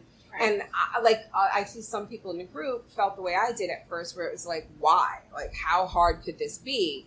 Right. But what I'm assuming is like, you can't, like, you've already been there 3 fucking years, but like, if you leave, they're just going to go back. Right? Yeah. Like, you came here to kill him. They're you have dug in. to kill him. Yeah, you dug in. Right. That's all I got. Other than that, I mean, it makes sense to me if they have a, covered, I don't want to say underground, but you know what I mean, a covered base that these dragons can't penetrate, then it doesn't matter that you have dragons. Right. It's this massive cave network. It's not just a few little caves. There is huge under there, and they've got hundreds of people, and they're just, the Triarchy is just feeding them constantly with reinforcements and food and money and weapons, and it's endless. Right. Because their interest in taking the Stepstones is enormous. Significant, yeah. Yeah. They can charge taxes ad infinitum. Right, and as Corliss had pointed out before, this weakens, Westeros. Right. So the men are talking about this. We have Daemon, who is Corliss's brother. Right. Yeah. What's his name? Yeah. Oh no, you're right, Daemon. I'm just saying he's mouthy. Yes. He was talking. I was like, wow, who are you? Because you're talking a lot of shit. He is in open rebellion at this point. Yes, to the point where loud. Corliss had to grip his ass up and be like, look, blood or not, I will knock you the fuck out if you start.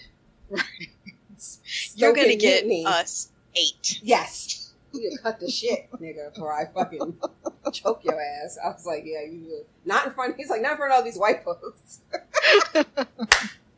He's like, you better stop embarrassing me in front of these white folks. Daemon's coming, shut up. So what they're arguing about is the fact that their situation is dire and that they're waiting for reinforcements from Driftmark, but that's going to take 2 weeks, and they only have at best 2 weeks worth of food, even if they ration seriously. And it's Laenor. I love how it's like always like young people kind of like, I know we hate this phrase, thinking outside the box. He's just like, look, he's like, all right, boom, we send in bait. Right. And Chris is like, boy, who gonna do that? What I love though is in my mind, isn't that how military works? Like, in my mind, if the fucking commander, your prince, whoever the fuck it is like, all right, here's the plan. All right, so boom. We're going to send him bait. He gonna pick the bait, and I don't think you can say no. Like, I just thought that's what war and soldiering is. Y'all, this is what you signed up for. So when Corliss was like, who? And Laenor said Daemon, I was like, that's not how it works. But also, you can't send in the prince's right? bait. I was like, what is happening? I was like, let's see what Daemon got to say. But I do like he calls out his uncle in being the what did he tell him? The master of complaints. Yes. That's so good. So Daemon walks up, doesn't say a word, gets the letter from his brother. Now I want y'all to understand how funny this was. I don't know if you're gonna get how funny it was. I'm sorry. Like Donnie and I keep saying we're gonna do like live video reactions. But he read this letter, and we don't know what it says. We just have Matt Smith's face, right? And he doesn't say a word. He rolls the scroll back up, and I said, "Oh, he's touched." And then I looked down and took a sip from my drink. And when I looked back up, Daemon was beating the shit out of this man. And I said, oh, he's not touched. What is he doing? And Donnie almost spit out his drink. I was like, I've never had a scene more wrong in my life. I was like, he's not touched. He's pissed. Right. And that's when I realized Daemon is a Leo. Yeah. Because this is some Leo behavior. The way he read that scroll, and the eyebrows, and he has like a pinky up. Yes. He's like, oh, and you can just hear his brain like reading it in like mocking tones in his brain. Yes. You know? Mm-hmm. Like, oh, Lord Daemon. You know? At the end of it, he was like, is that what you think? Is that what you think you're going to do? Okay. Okay, Viserys. He was like, this motherfucker going to get me killed. And now I got to go out here and cut off my nose. Yes. I have to cut off my nose to spite my face, which is Leo behavior. When he starts rowing that boat, I was like, oh shit, Bonnie, he's going to do it. Just him. The actual plan. Yes. And he walks up. He has a white flag. The crab feeder is watching all this quite curiously. Now, I meant to say this at the start of the podcast. I don't know how to explain this to you guys. You know how sometimes there are things that you just know and you feel, and it makes sense to you. And you know that it doesn't make sense, but it makes sense to you, right? This is one of those things. The crab feeder is Christian Bale. I don't know why. In my head, that's Christian Bale under there. It looks like Christian. I just feel like it's very Christian Bale. And I don't know what I've seen him in that makes me feel like this is Christian Bale. You guys could show me tomorrow, tonight, whenever you listen to this, from IMDb, this man's name and picture, and I will call you a lie. It is Christian Bale. It is. That's it. So, but he's all weird because of the gray scale, right? Right. And probably other things going on up there. Daemon presents Dark Sister to the big guy that is sent to meet with Daemon. Right. And I think it was you who said you knew he was dead the moment he touched it. Like, I literally started counting from when he touched Dark Sister. I was like, well, this guy's gonna die. Yeah. And it was 8 seconds. Yeah. I didn't make it 10 seconds. And he takes out this guy, and then he's off running. Yeah. Now, I always thought that when you see Jon do something like this in Battle of the Bastards, or Watchers on the Wall, or Hard Home, I feel like there were so many running, sword fighting, Jon Snow moments. I always thought that's that Stark in that boy. Nuh-uh, that was that Targaryen. It's the Targaryen. It's the Targaryen. That was a Targaryen in him. I hadn't met many Targaryens back then, guys, right. So forgive me. 3 episodes in, okay, this is some Targaryen shit, because he was... And do you remember when the pictures came out before the season dropped? We were filming? Yes. We were like, why is Matt Smith bulking up for this role? What's happening? This is why. He was like, y'all will not be clowning... He's like, y'all will not be clowning me on Twitter come episode 3. Oh. I read the scripts. I ate. I hit the gym. And it shows. This was He's great. In that sweet spot of men's age where they're like that early middle age and they can still get like really beastly. Yeah. And they they look grown, not like sweaty and hormonal. Yes. Absolutely. It's ideal. So, he goes running through. And look, I saw people criticizing this. Like, oh, he didn't get shot by the arrows. Did you see how fast that motherfucker was running? And everybody acts like it's like they're he's a moving fucking target. Right. But they're shooting imprecisely. The arrows are just falling from the side, and they're not even at the same angle. Right. They're shooting over. Exactly. And he's weaving around, so it's not that surprising that he doesn't get hit until the end. I absolutely, I was like, this makes sense to me. It's not even so much that they're aiming. It's impossible to really aim. It's like they're just hoping. Right. Just like when he got shot in the beginning of the episode, that to me it was dark, and I'm like, he's on the biggest fucking target in their presence. He's sitting on the back of a fucking... All y'all got to do is shoot in that general direction enough time. You're going to hit something, Right. But anyway, I thought that this was all, highly believable. I thought it looked good. And when he finally got taken down, it made sense because prior to that, he was just like, hit, go. Right. And it was like one guy punched him dead in the fucking face. So he went flying back. And then he had to take like 2 on, like almost back to back. The last guy like slitting his throat with the sword. And that's what he was still too long. He had, you know what I mean? He had been in that one spot too long. Right. And so he took an arrow in the chest. It looks like the abdomen. And then, now people disagree with me. I jokingly said, oh, he took an arrow to the knee. Of course. I had to make the joke. But it looked like it was like the meaty part of like your calf, like right where your leg and knee, where it's bent. Yeah. So it made more sense to me that, like, because right after that, he crawls into the wreckage to kind of give himself some cover. And we see that he's clearly waiting for the plan. Yes. He drew enough of them out and in. Yes. That his guys could come in from behind. And when he sees that they're there, he stands up and prepares to fight. And that's when we meet Sea Smoke. Yes. Yeah, and I love this because I thought Daemon's, go ahead. Part of Daemon's thing is to waste time so that Kragas keeps sending out more waves so that they're all out of the cave. Yes. That's the point. Yes. And someone was like, why would it be Daemon? And I was like, I think that first of all, it had to be somebody capable that could do that. That has the mobility and the skills to do that. But it had to be Daemon because of that letter. Right. That's why it had to be Daemon, because it doesn't even matter if they had somehow figured that shit out.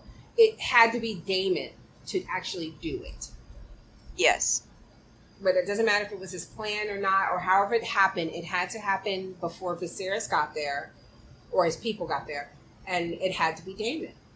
And he bet his life. He literally bet his life on it. Either I'm going to do this and earn this respect, or I'm going to die. Right. Dave's already shown that he's similar in skill to Jaime Lannister in that he can stand up to most of the best knights in the whole land. Not all of them, but he's not fighting the best knights in the whole land. He's fighting a bunch of mercenaries who are hiding in caves. So all he had to do was kill enough guys for his guys to kick in on their side, or, like you said, he was going to die. But this is going to be over today. Right. And I feel like that's what you're supposed to get from that, right? Like, this is where he was, and, his kind of test. And it's what Corlys told him. Rage. Absolutely. This is his thing. Yeah. And this is what Corlys told him 3 years ago he had to do. Yeah. But he wasn't mad enough at that point. No. We got to talk about how good Corlys and them look and their armor. So good. I don't even know what you call that weapon he had, but it had like a hook thing on one end, a blade, and a big ball. Their armor is just like the best thing I've ever seen. They look good. They have nice helmets. They were kicking in. They showed, Daemon got a moment to shine. Like we said, Sea Smoke, because we haven't talked about Sea Smoke. Sea Smoke is, as it turns out, Laenor Valerian's dragon. He is the son of the eldest child, right, of Rhaenys and Cloris. Right. And he is who Lionel Strong suggested Rhaenyra marry. Right. This was so beautiful. They had mentioned earlier the dragons. Yes, they did. But if you weren't really paying too much attention, and at that moment you might have assumed, well, it's probably Rhaenys, and Melis, kicking in. But it wasn't. And it was such a gorgeous surprise. Yeah, because I didn't even know that did I know he had a dragon? I don't think I did. No. I wasn't even thinking. Because the last time he was just a little boy. Yeah. I wasn't even thinking that he had a dragon. Yeah. He's so pretty. Like, it's weird that so there was the photo that somebody put in the group a week or two ago, and I asked you if I could look at it. And you were like, yeah, just don't Google the names. So, like, the riders' names. So I didn't even look at the riders' names. I just looked at the dragons' names and their colors. Yeah. Because I like dragons. Right. And I don't know if you remember, but, like, the first comment I wrote was sea smoke, and I had heart eyes, because I was like, that coloring is so pretty. Now, I have to say, I want to see him again, because you knew, like, I thought it was Caraxes at first, obviously, because we'd already seen Caraxes, but when they show his underbelly, it's white, or it looked white. So I was like, oh, that's a different one. And I didn't know that it was sea smoke at the time because I didn't remember all the colors and names and stuff. But just that I remember, to me, sea smoke looked predominantly like very light white, silverish with like these, like, not teal, but like a light greenish, almost like a aqua green kind of wing. Like the sea. Yeah, duh. And here, so then I saw the white underbelly and I was like, oh, and then they show who the rider was. I still didn't know I don't think I knew the dragon's name until maybe you or somebody else said it in the chat. But then I remember from the picture and I was like a little disappointed because I was like, other times it didn't look like that at all. Other times it looked black and red or dark from the top. So I'm wondering, you know, I don't know if people got really good screenshots of it. I'm hoping next week we get to see more of him because I want him to look like the picture I saw, and I don't think he does. His face does, but like even his the Twitter emoji is like the Twitter emoji looks more like the picture that I saw, but like on the screen he looked darker than I thought he should. So in the graphic that we had been talking about where I said don't look at the names, the one mistake was sea smoke in that they didn't put a writer for him. They said he's wild, and they're referring to a dragon called Grey Ghost. I think they just screwed up, but there's only this was like a fan made. Dragon. This was like a fan made photo info card or something. Yeah. This wasn't sea smoke definitely was Laenor, and I didn't want to clarify because I figured gotcha. Really soon. So Oh my god, it was so cool. We got to hear him say Dracarys a few times. As you mentioned earlier, he picks up two pirates and tosses them off to Park or some other place. He was just like, and fuck you two in particular. Yes.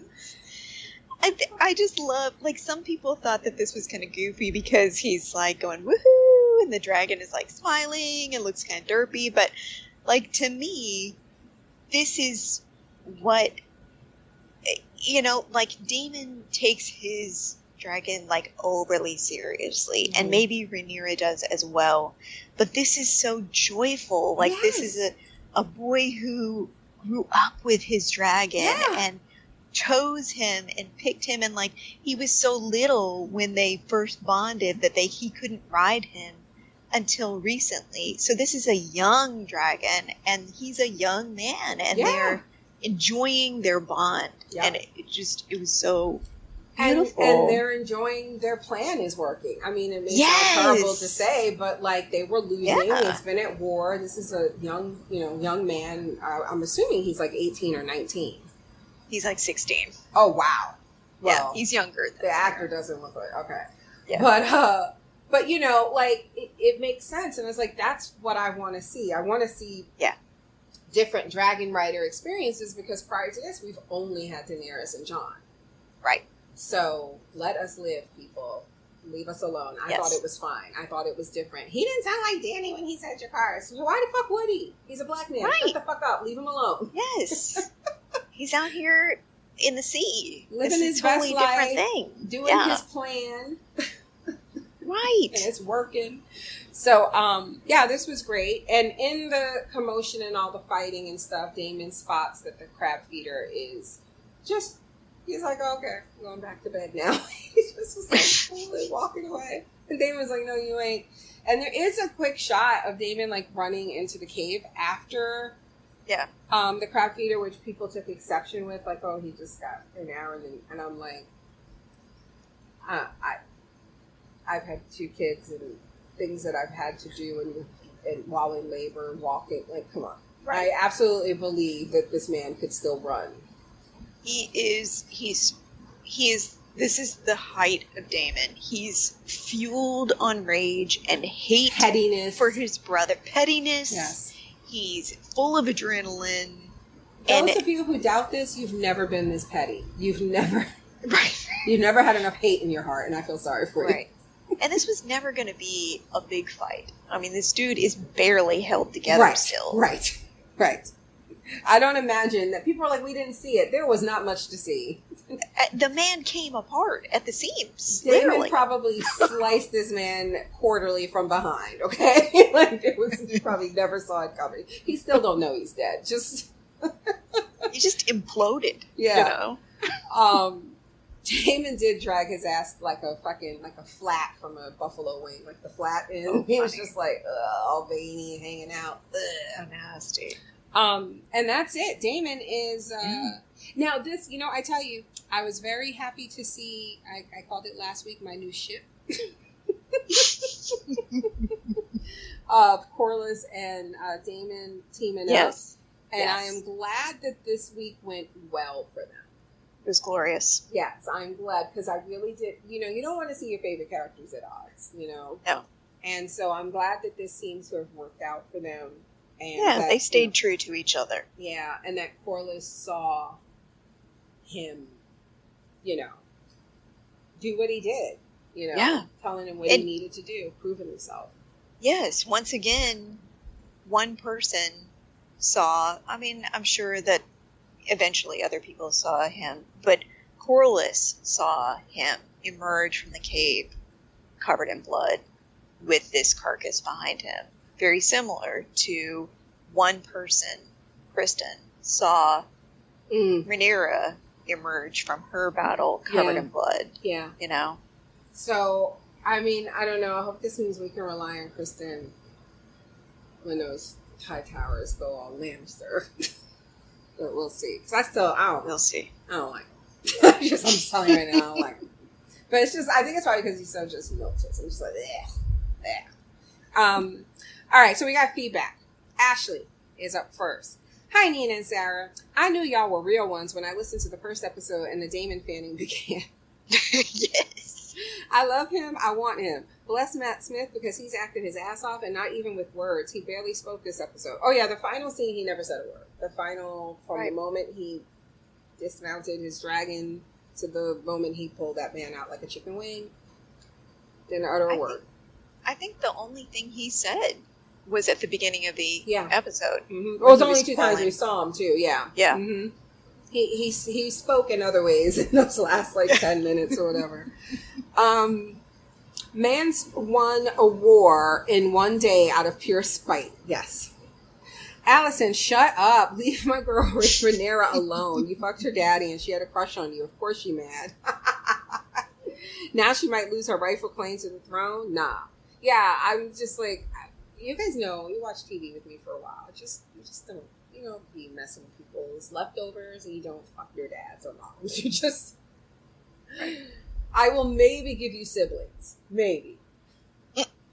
But, no, not your own siblings. You know what I mean? Like if you hook, your brother up with your friend or something, Right. But, parents and stuff like that, I can't do that. This is BTS's dad. Or no, not BTS's dad. Jesus Christ, that came out raw. I was trying to make a BTS joke, and clearly I backfired. Anyway, Viserys got to be the worst daddy and king ever. Lord, save these people from his incompetence. He can't even hunt. Pathetic. Meanwhile, his 17-year-old daughter took down a boar. Sir Kristen, I would like to see in a room where there are no others, or y'all can watch. I don't give a fuck. He's fine as hell. Is he, though? He's all right. He's okay. The generic. Yeah. Okay, Jill says, hey, Jill, I love this episode. I saw some people say it was boring until the battle scene, but I really love the development of character in the universe. Oh, yeah, so much happened, as you can see by how much we talked about it in the first 40 minutes, that it wasn't boring by any means. Right. For a while, I thought I was in Downton Abbey, Westeros. Yeah, this is what it looks like when the crown isn't broke. It's kind of shit we get to see. So much different. Mm-hmm. Viserys isn't doing well. Still a weak leader who is pressured to make decisions now more than ever, and he looks like he's aged 30 years, not the 3 in the time jump. He's hunched over, walking slowly. He needs a Robert Baratheon footstool to get off his horse, and he's drinking a lot. Yeah, they really focus on that drinking this episode. Yeah. That throne is trying to outright kill him. He's already lost 2 fingers. I wouldn't be surprised if he looks a lot like the crab feeder under those clothes. It could be going to his brain. Oh. Well, actually, I don't even want to think about that. I love emo Rhaenyra. She's mostly in leather and dark colors, shutting herself away with her music. As I said in the watch thread, Rhaenyra had her iPod on repeat and gave the bard carpal tunnel syndrome. The battle was everything. I know anything I can say will already have been said, but it brought me to tears for so many reasons. I can't wait to see more of Corlys' family and the Valerian Keep. Oh, me too. Thanks for all you do, always. Yeah. I can't wait to see more of that. I don't know anything, but like when people in this episode, when Lionel suggested the marriage of those two, I was like, oh, and then we see him later, and I was like, oh, okay. I am so curious. Again. Yeah. I'm so curious how their whole setup looks out in the Stepstones, and I really hope we go there soon. Yeah, good. Mimi, hi Mimi. She says, I'm drowning in all the memes and fan tangents. It's funny comparing meme culture today, how it was when Game of Thrones came out. Wow. Why do you say that? Maybe she's going to elaborate on the country. I wonder if House of the Dragon will create anything as iconic as Winter is Coming or Sweet Summer Child. Oh, I see what you mean. Have we had anything notable so far? No, like that. But Yeah. I am living Tell for Cersei all the I wanted memes to- and everything like that. The whole community after every episode is just so enthused, Yes, you know? yes. It's so good to not just have this, be back in this universe, but to, again, have it be good and like everybody's excited for it on Sunday nights. Girl, I'll be ready by noon on Sunday. I'm like, is it Me too. time yet? Is it time? I saw the meme picture, excuse me, on your Facebook group about hoes from the Reach, and I was cracking up. Oh my God. It said all those hoes from the Reach are the same, and it was Marjorie and Allison. And they even look similar. Like, they picked the 2 perfect pictures. Like, they look related. Both kind of smirking. Yes. But it also made me wonder if we're going to see a scene with Alicent that really brings together the threads for why she didn't seem to try repairing her friendship with Rhaenyra. Honestly, I got the impression that we were supposed to think that she had. Yeah. Like what we saw in the Godswood was her, like, this is just what she'd been doing. Yeah. I felt like they've been playing like this game for 3 years. Right. Yeah. Yeah. She's been being nice. Mm-hmm. But Rhaenyra, you know, whether it's bratty or not, Mm-hmm. she feels like this is an active coup against her, and she's not trying to respond nicely to somebody who's participating in it, who is the actual instrument of it. Yeah. So, I don't blame her. She says, sure, that relationship would never be the same, but she came across as, I'm not starting fights with you, but you're being a brat, so I'm not getting involved. I bet Otto subtly encouraged her to be above friendship and whatnot, so she wouldn't feel too close to Rhaenyra when she was mother to an heir. That's interesting. I haven't seen anything to suggest that, but I would be curious to see if we ever hear, like, what advice, if any, he gave her in navigating that. I don't think he really cares. Yeah. I feel like he's probably more in telling her how many times she should be getting pregnant. Right.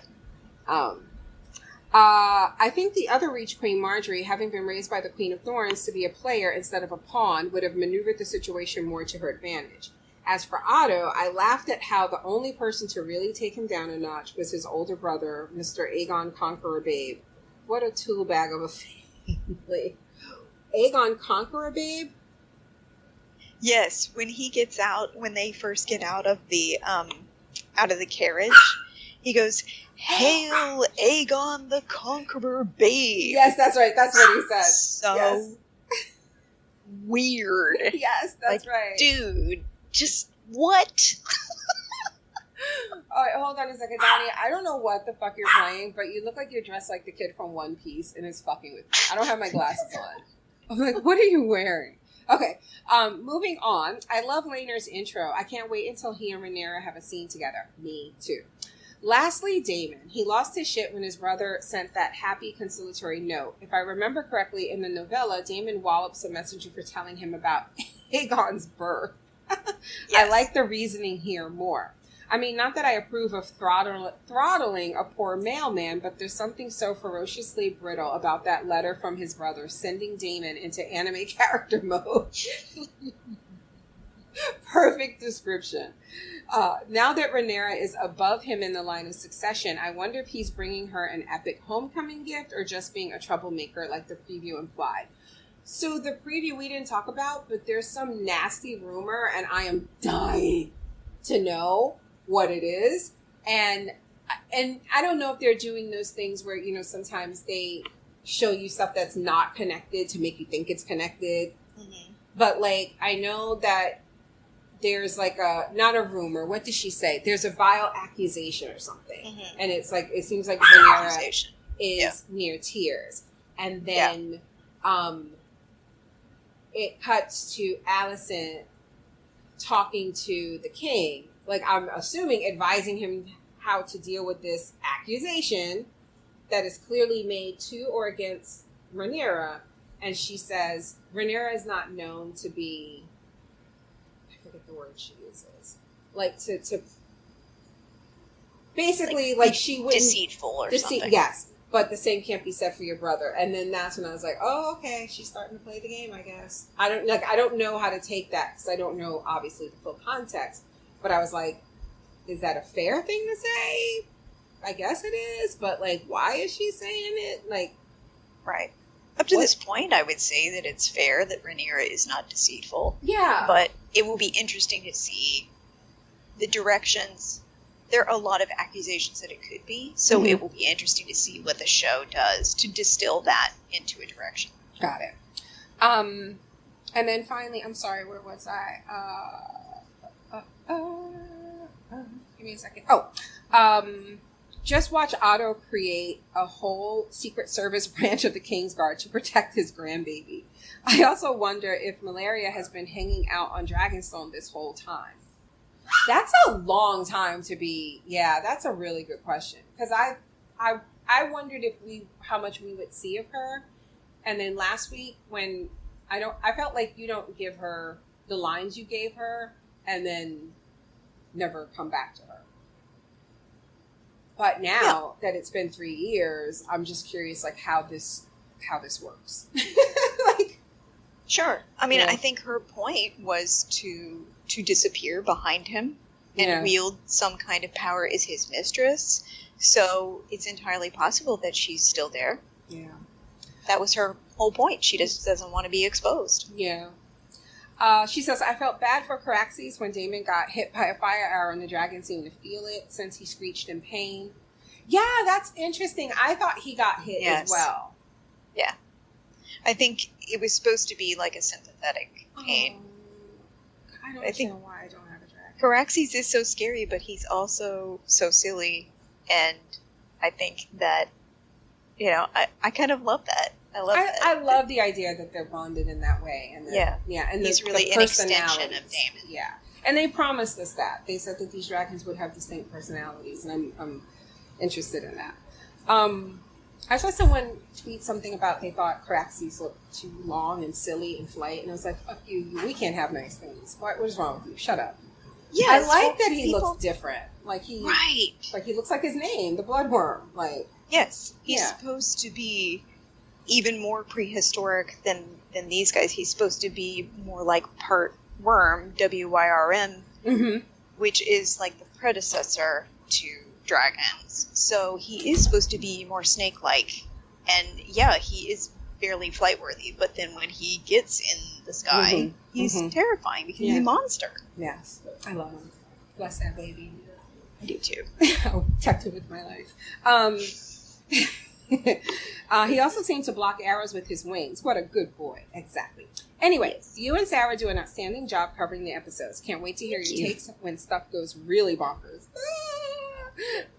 I'm so scared, though.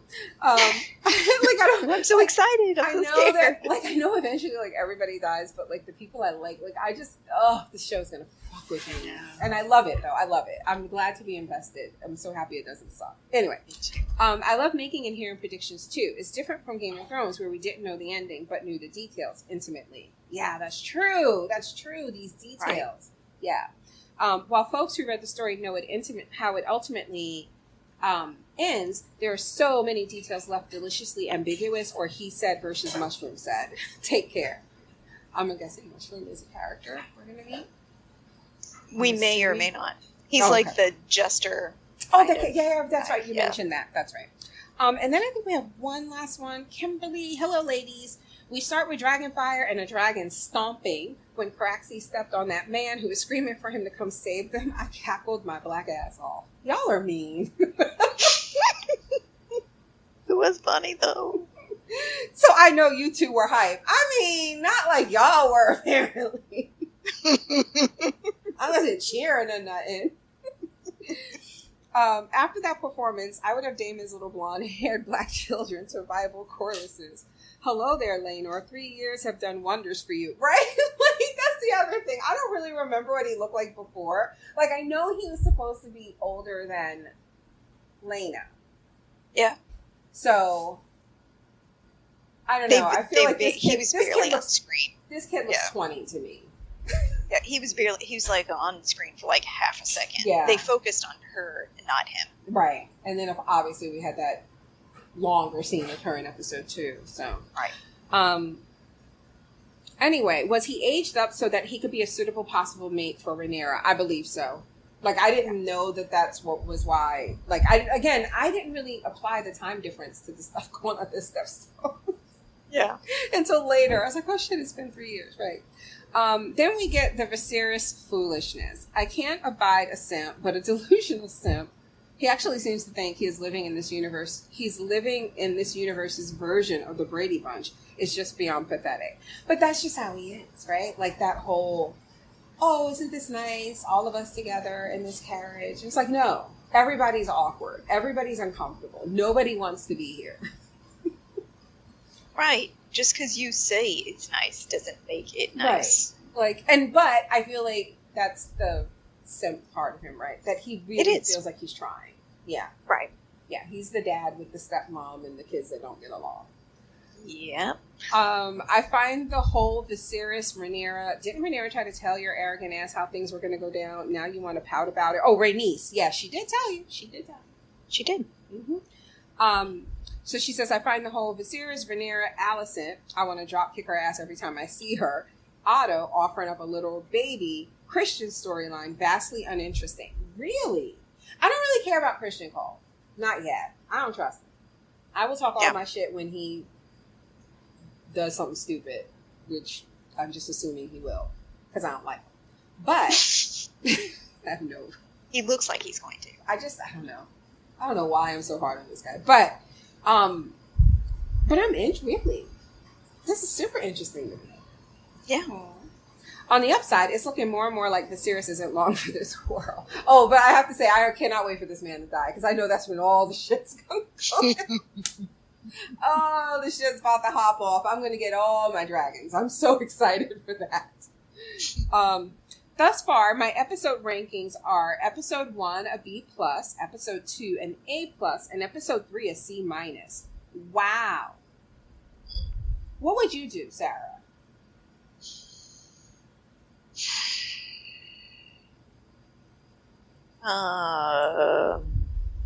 Well, I mean, I think episode 1 was definitely an A+. Mm-hmm. I don't know. I would give them all A's. Sorry. I think I would. Yeah, me too. Sorry. Yes. The storytelling is good. It's Everything hitting looks all good. the points for me. Every last fucking one. Yes. I would just all A's. She said the opening and the end were A+, though, so that tells you how I felt about the rest of it. Laenor came through with the dragons, setting them crabbers aflame. boy, the why oh why are darkies allowed to exist in made up snowflake world's crew are going to be so mad. I'm sure they already were. Although I haven't seen as much for this show as I've seen for Lord of the Rings. Lord of the Rings. What's it called? Power of the Rings? What's the show called? Why are you laughing? I don't know what the show is called, Donnie. No, The Rings of Oh. Power. The dog is smiling at me. Oh. I thought you were laughing at me. He's laughing because he's eating, and Rico is looking at him like smiling. He doesn't smile. He like has his mouth open when it looks like goof. He has a goofy look like sea smoke when he wants. Yes, exactly. Finally, she said, Daemon proved that much like the Wu-Tang Clan, he ain't nothing to fuck with. I just wish he did not touch decaying grayscale man with his hands. True. Now to rewatch the beginning and end of the episode and fast forward through the Drek. I wish you liked it more. I'm sorry. Yeah, I saw a lot of comments about the grayscale, and I just think you have to just chalk that up to the rule of cool and just let it go. Because back in the day, you know, when Jorah and Tyrion were attacked by the Stone Men, Jorah got it, Tyrion didn't. Yep. You could say it's a Targaryen thing, but grayscale was created by maesters who were trying to take down the Targaryen line. So some of them did get it, some of them didn't get it. Maybe it's something special, maybe it's not an active infection. I don't know, but he's not going to get it. So just let it go. Yeah, just let it go. Hang on, get it. If I did not know, if I knew that before about how it was created, I forgot it. Yeah, it didn't. It came up in the book, but not anywhere else. Okay. So it's just not significant. Got it. So that's it, Sarah. That's all we got. Every week we're like, it's not going to be 2 hours. I know. Every week I'm like, I'm going to take fewer notes, and then the notes get even longer. Listen, So. I try really hard. I have like, okay, this is the scene, and then every scene has like 10 bullet points. I'm sorry. I try to cut some shit out. But we are super excited for next week. 4 episodes in already. I want to know what this accusation is.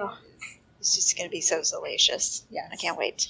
So, yeah, we mentioned it earlier, but if you want to watch live with us, we have a Facebook group on Facebook called Podcast Fandom Crew.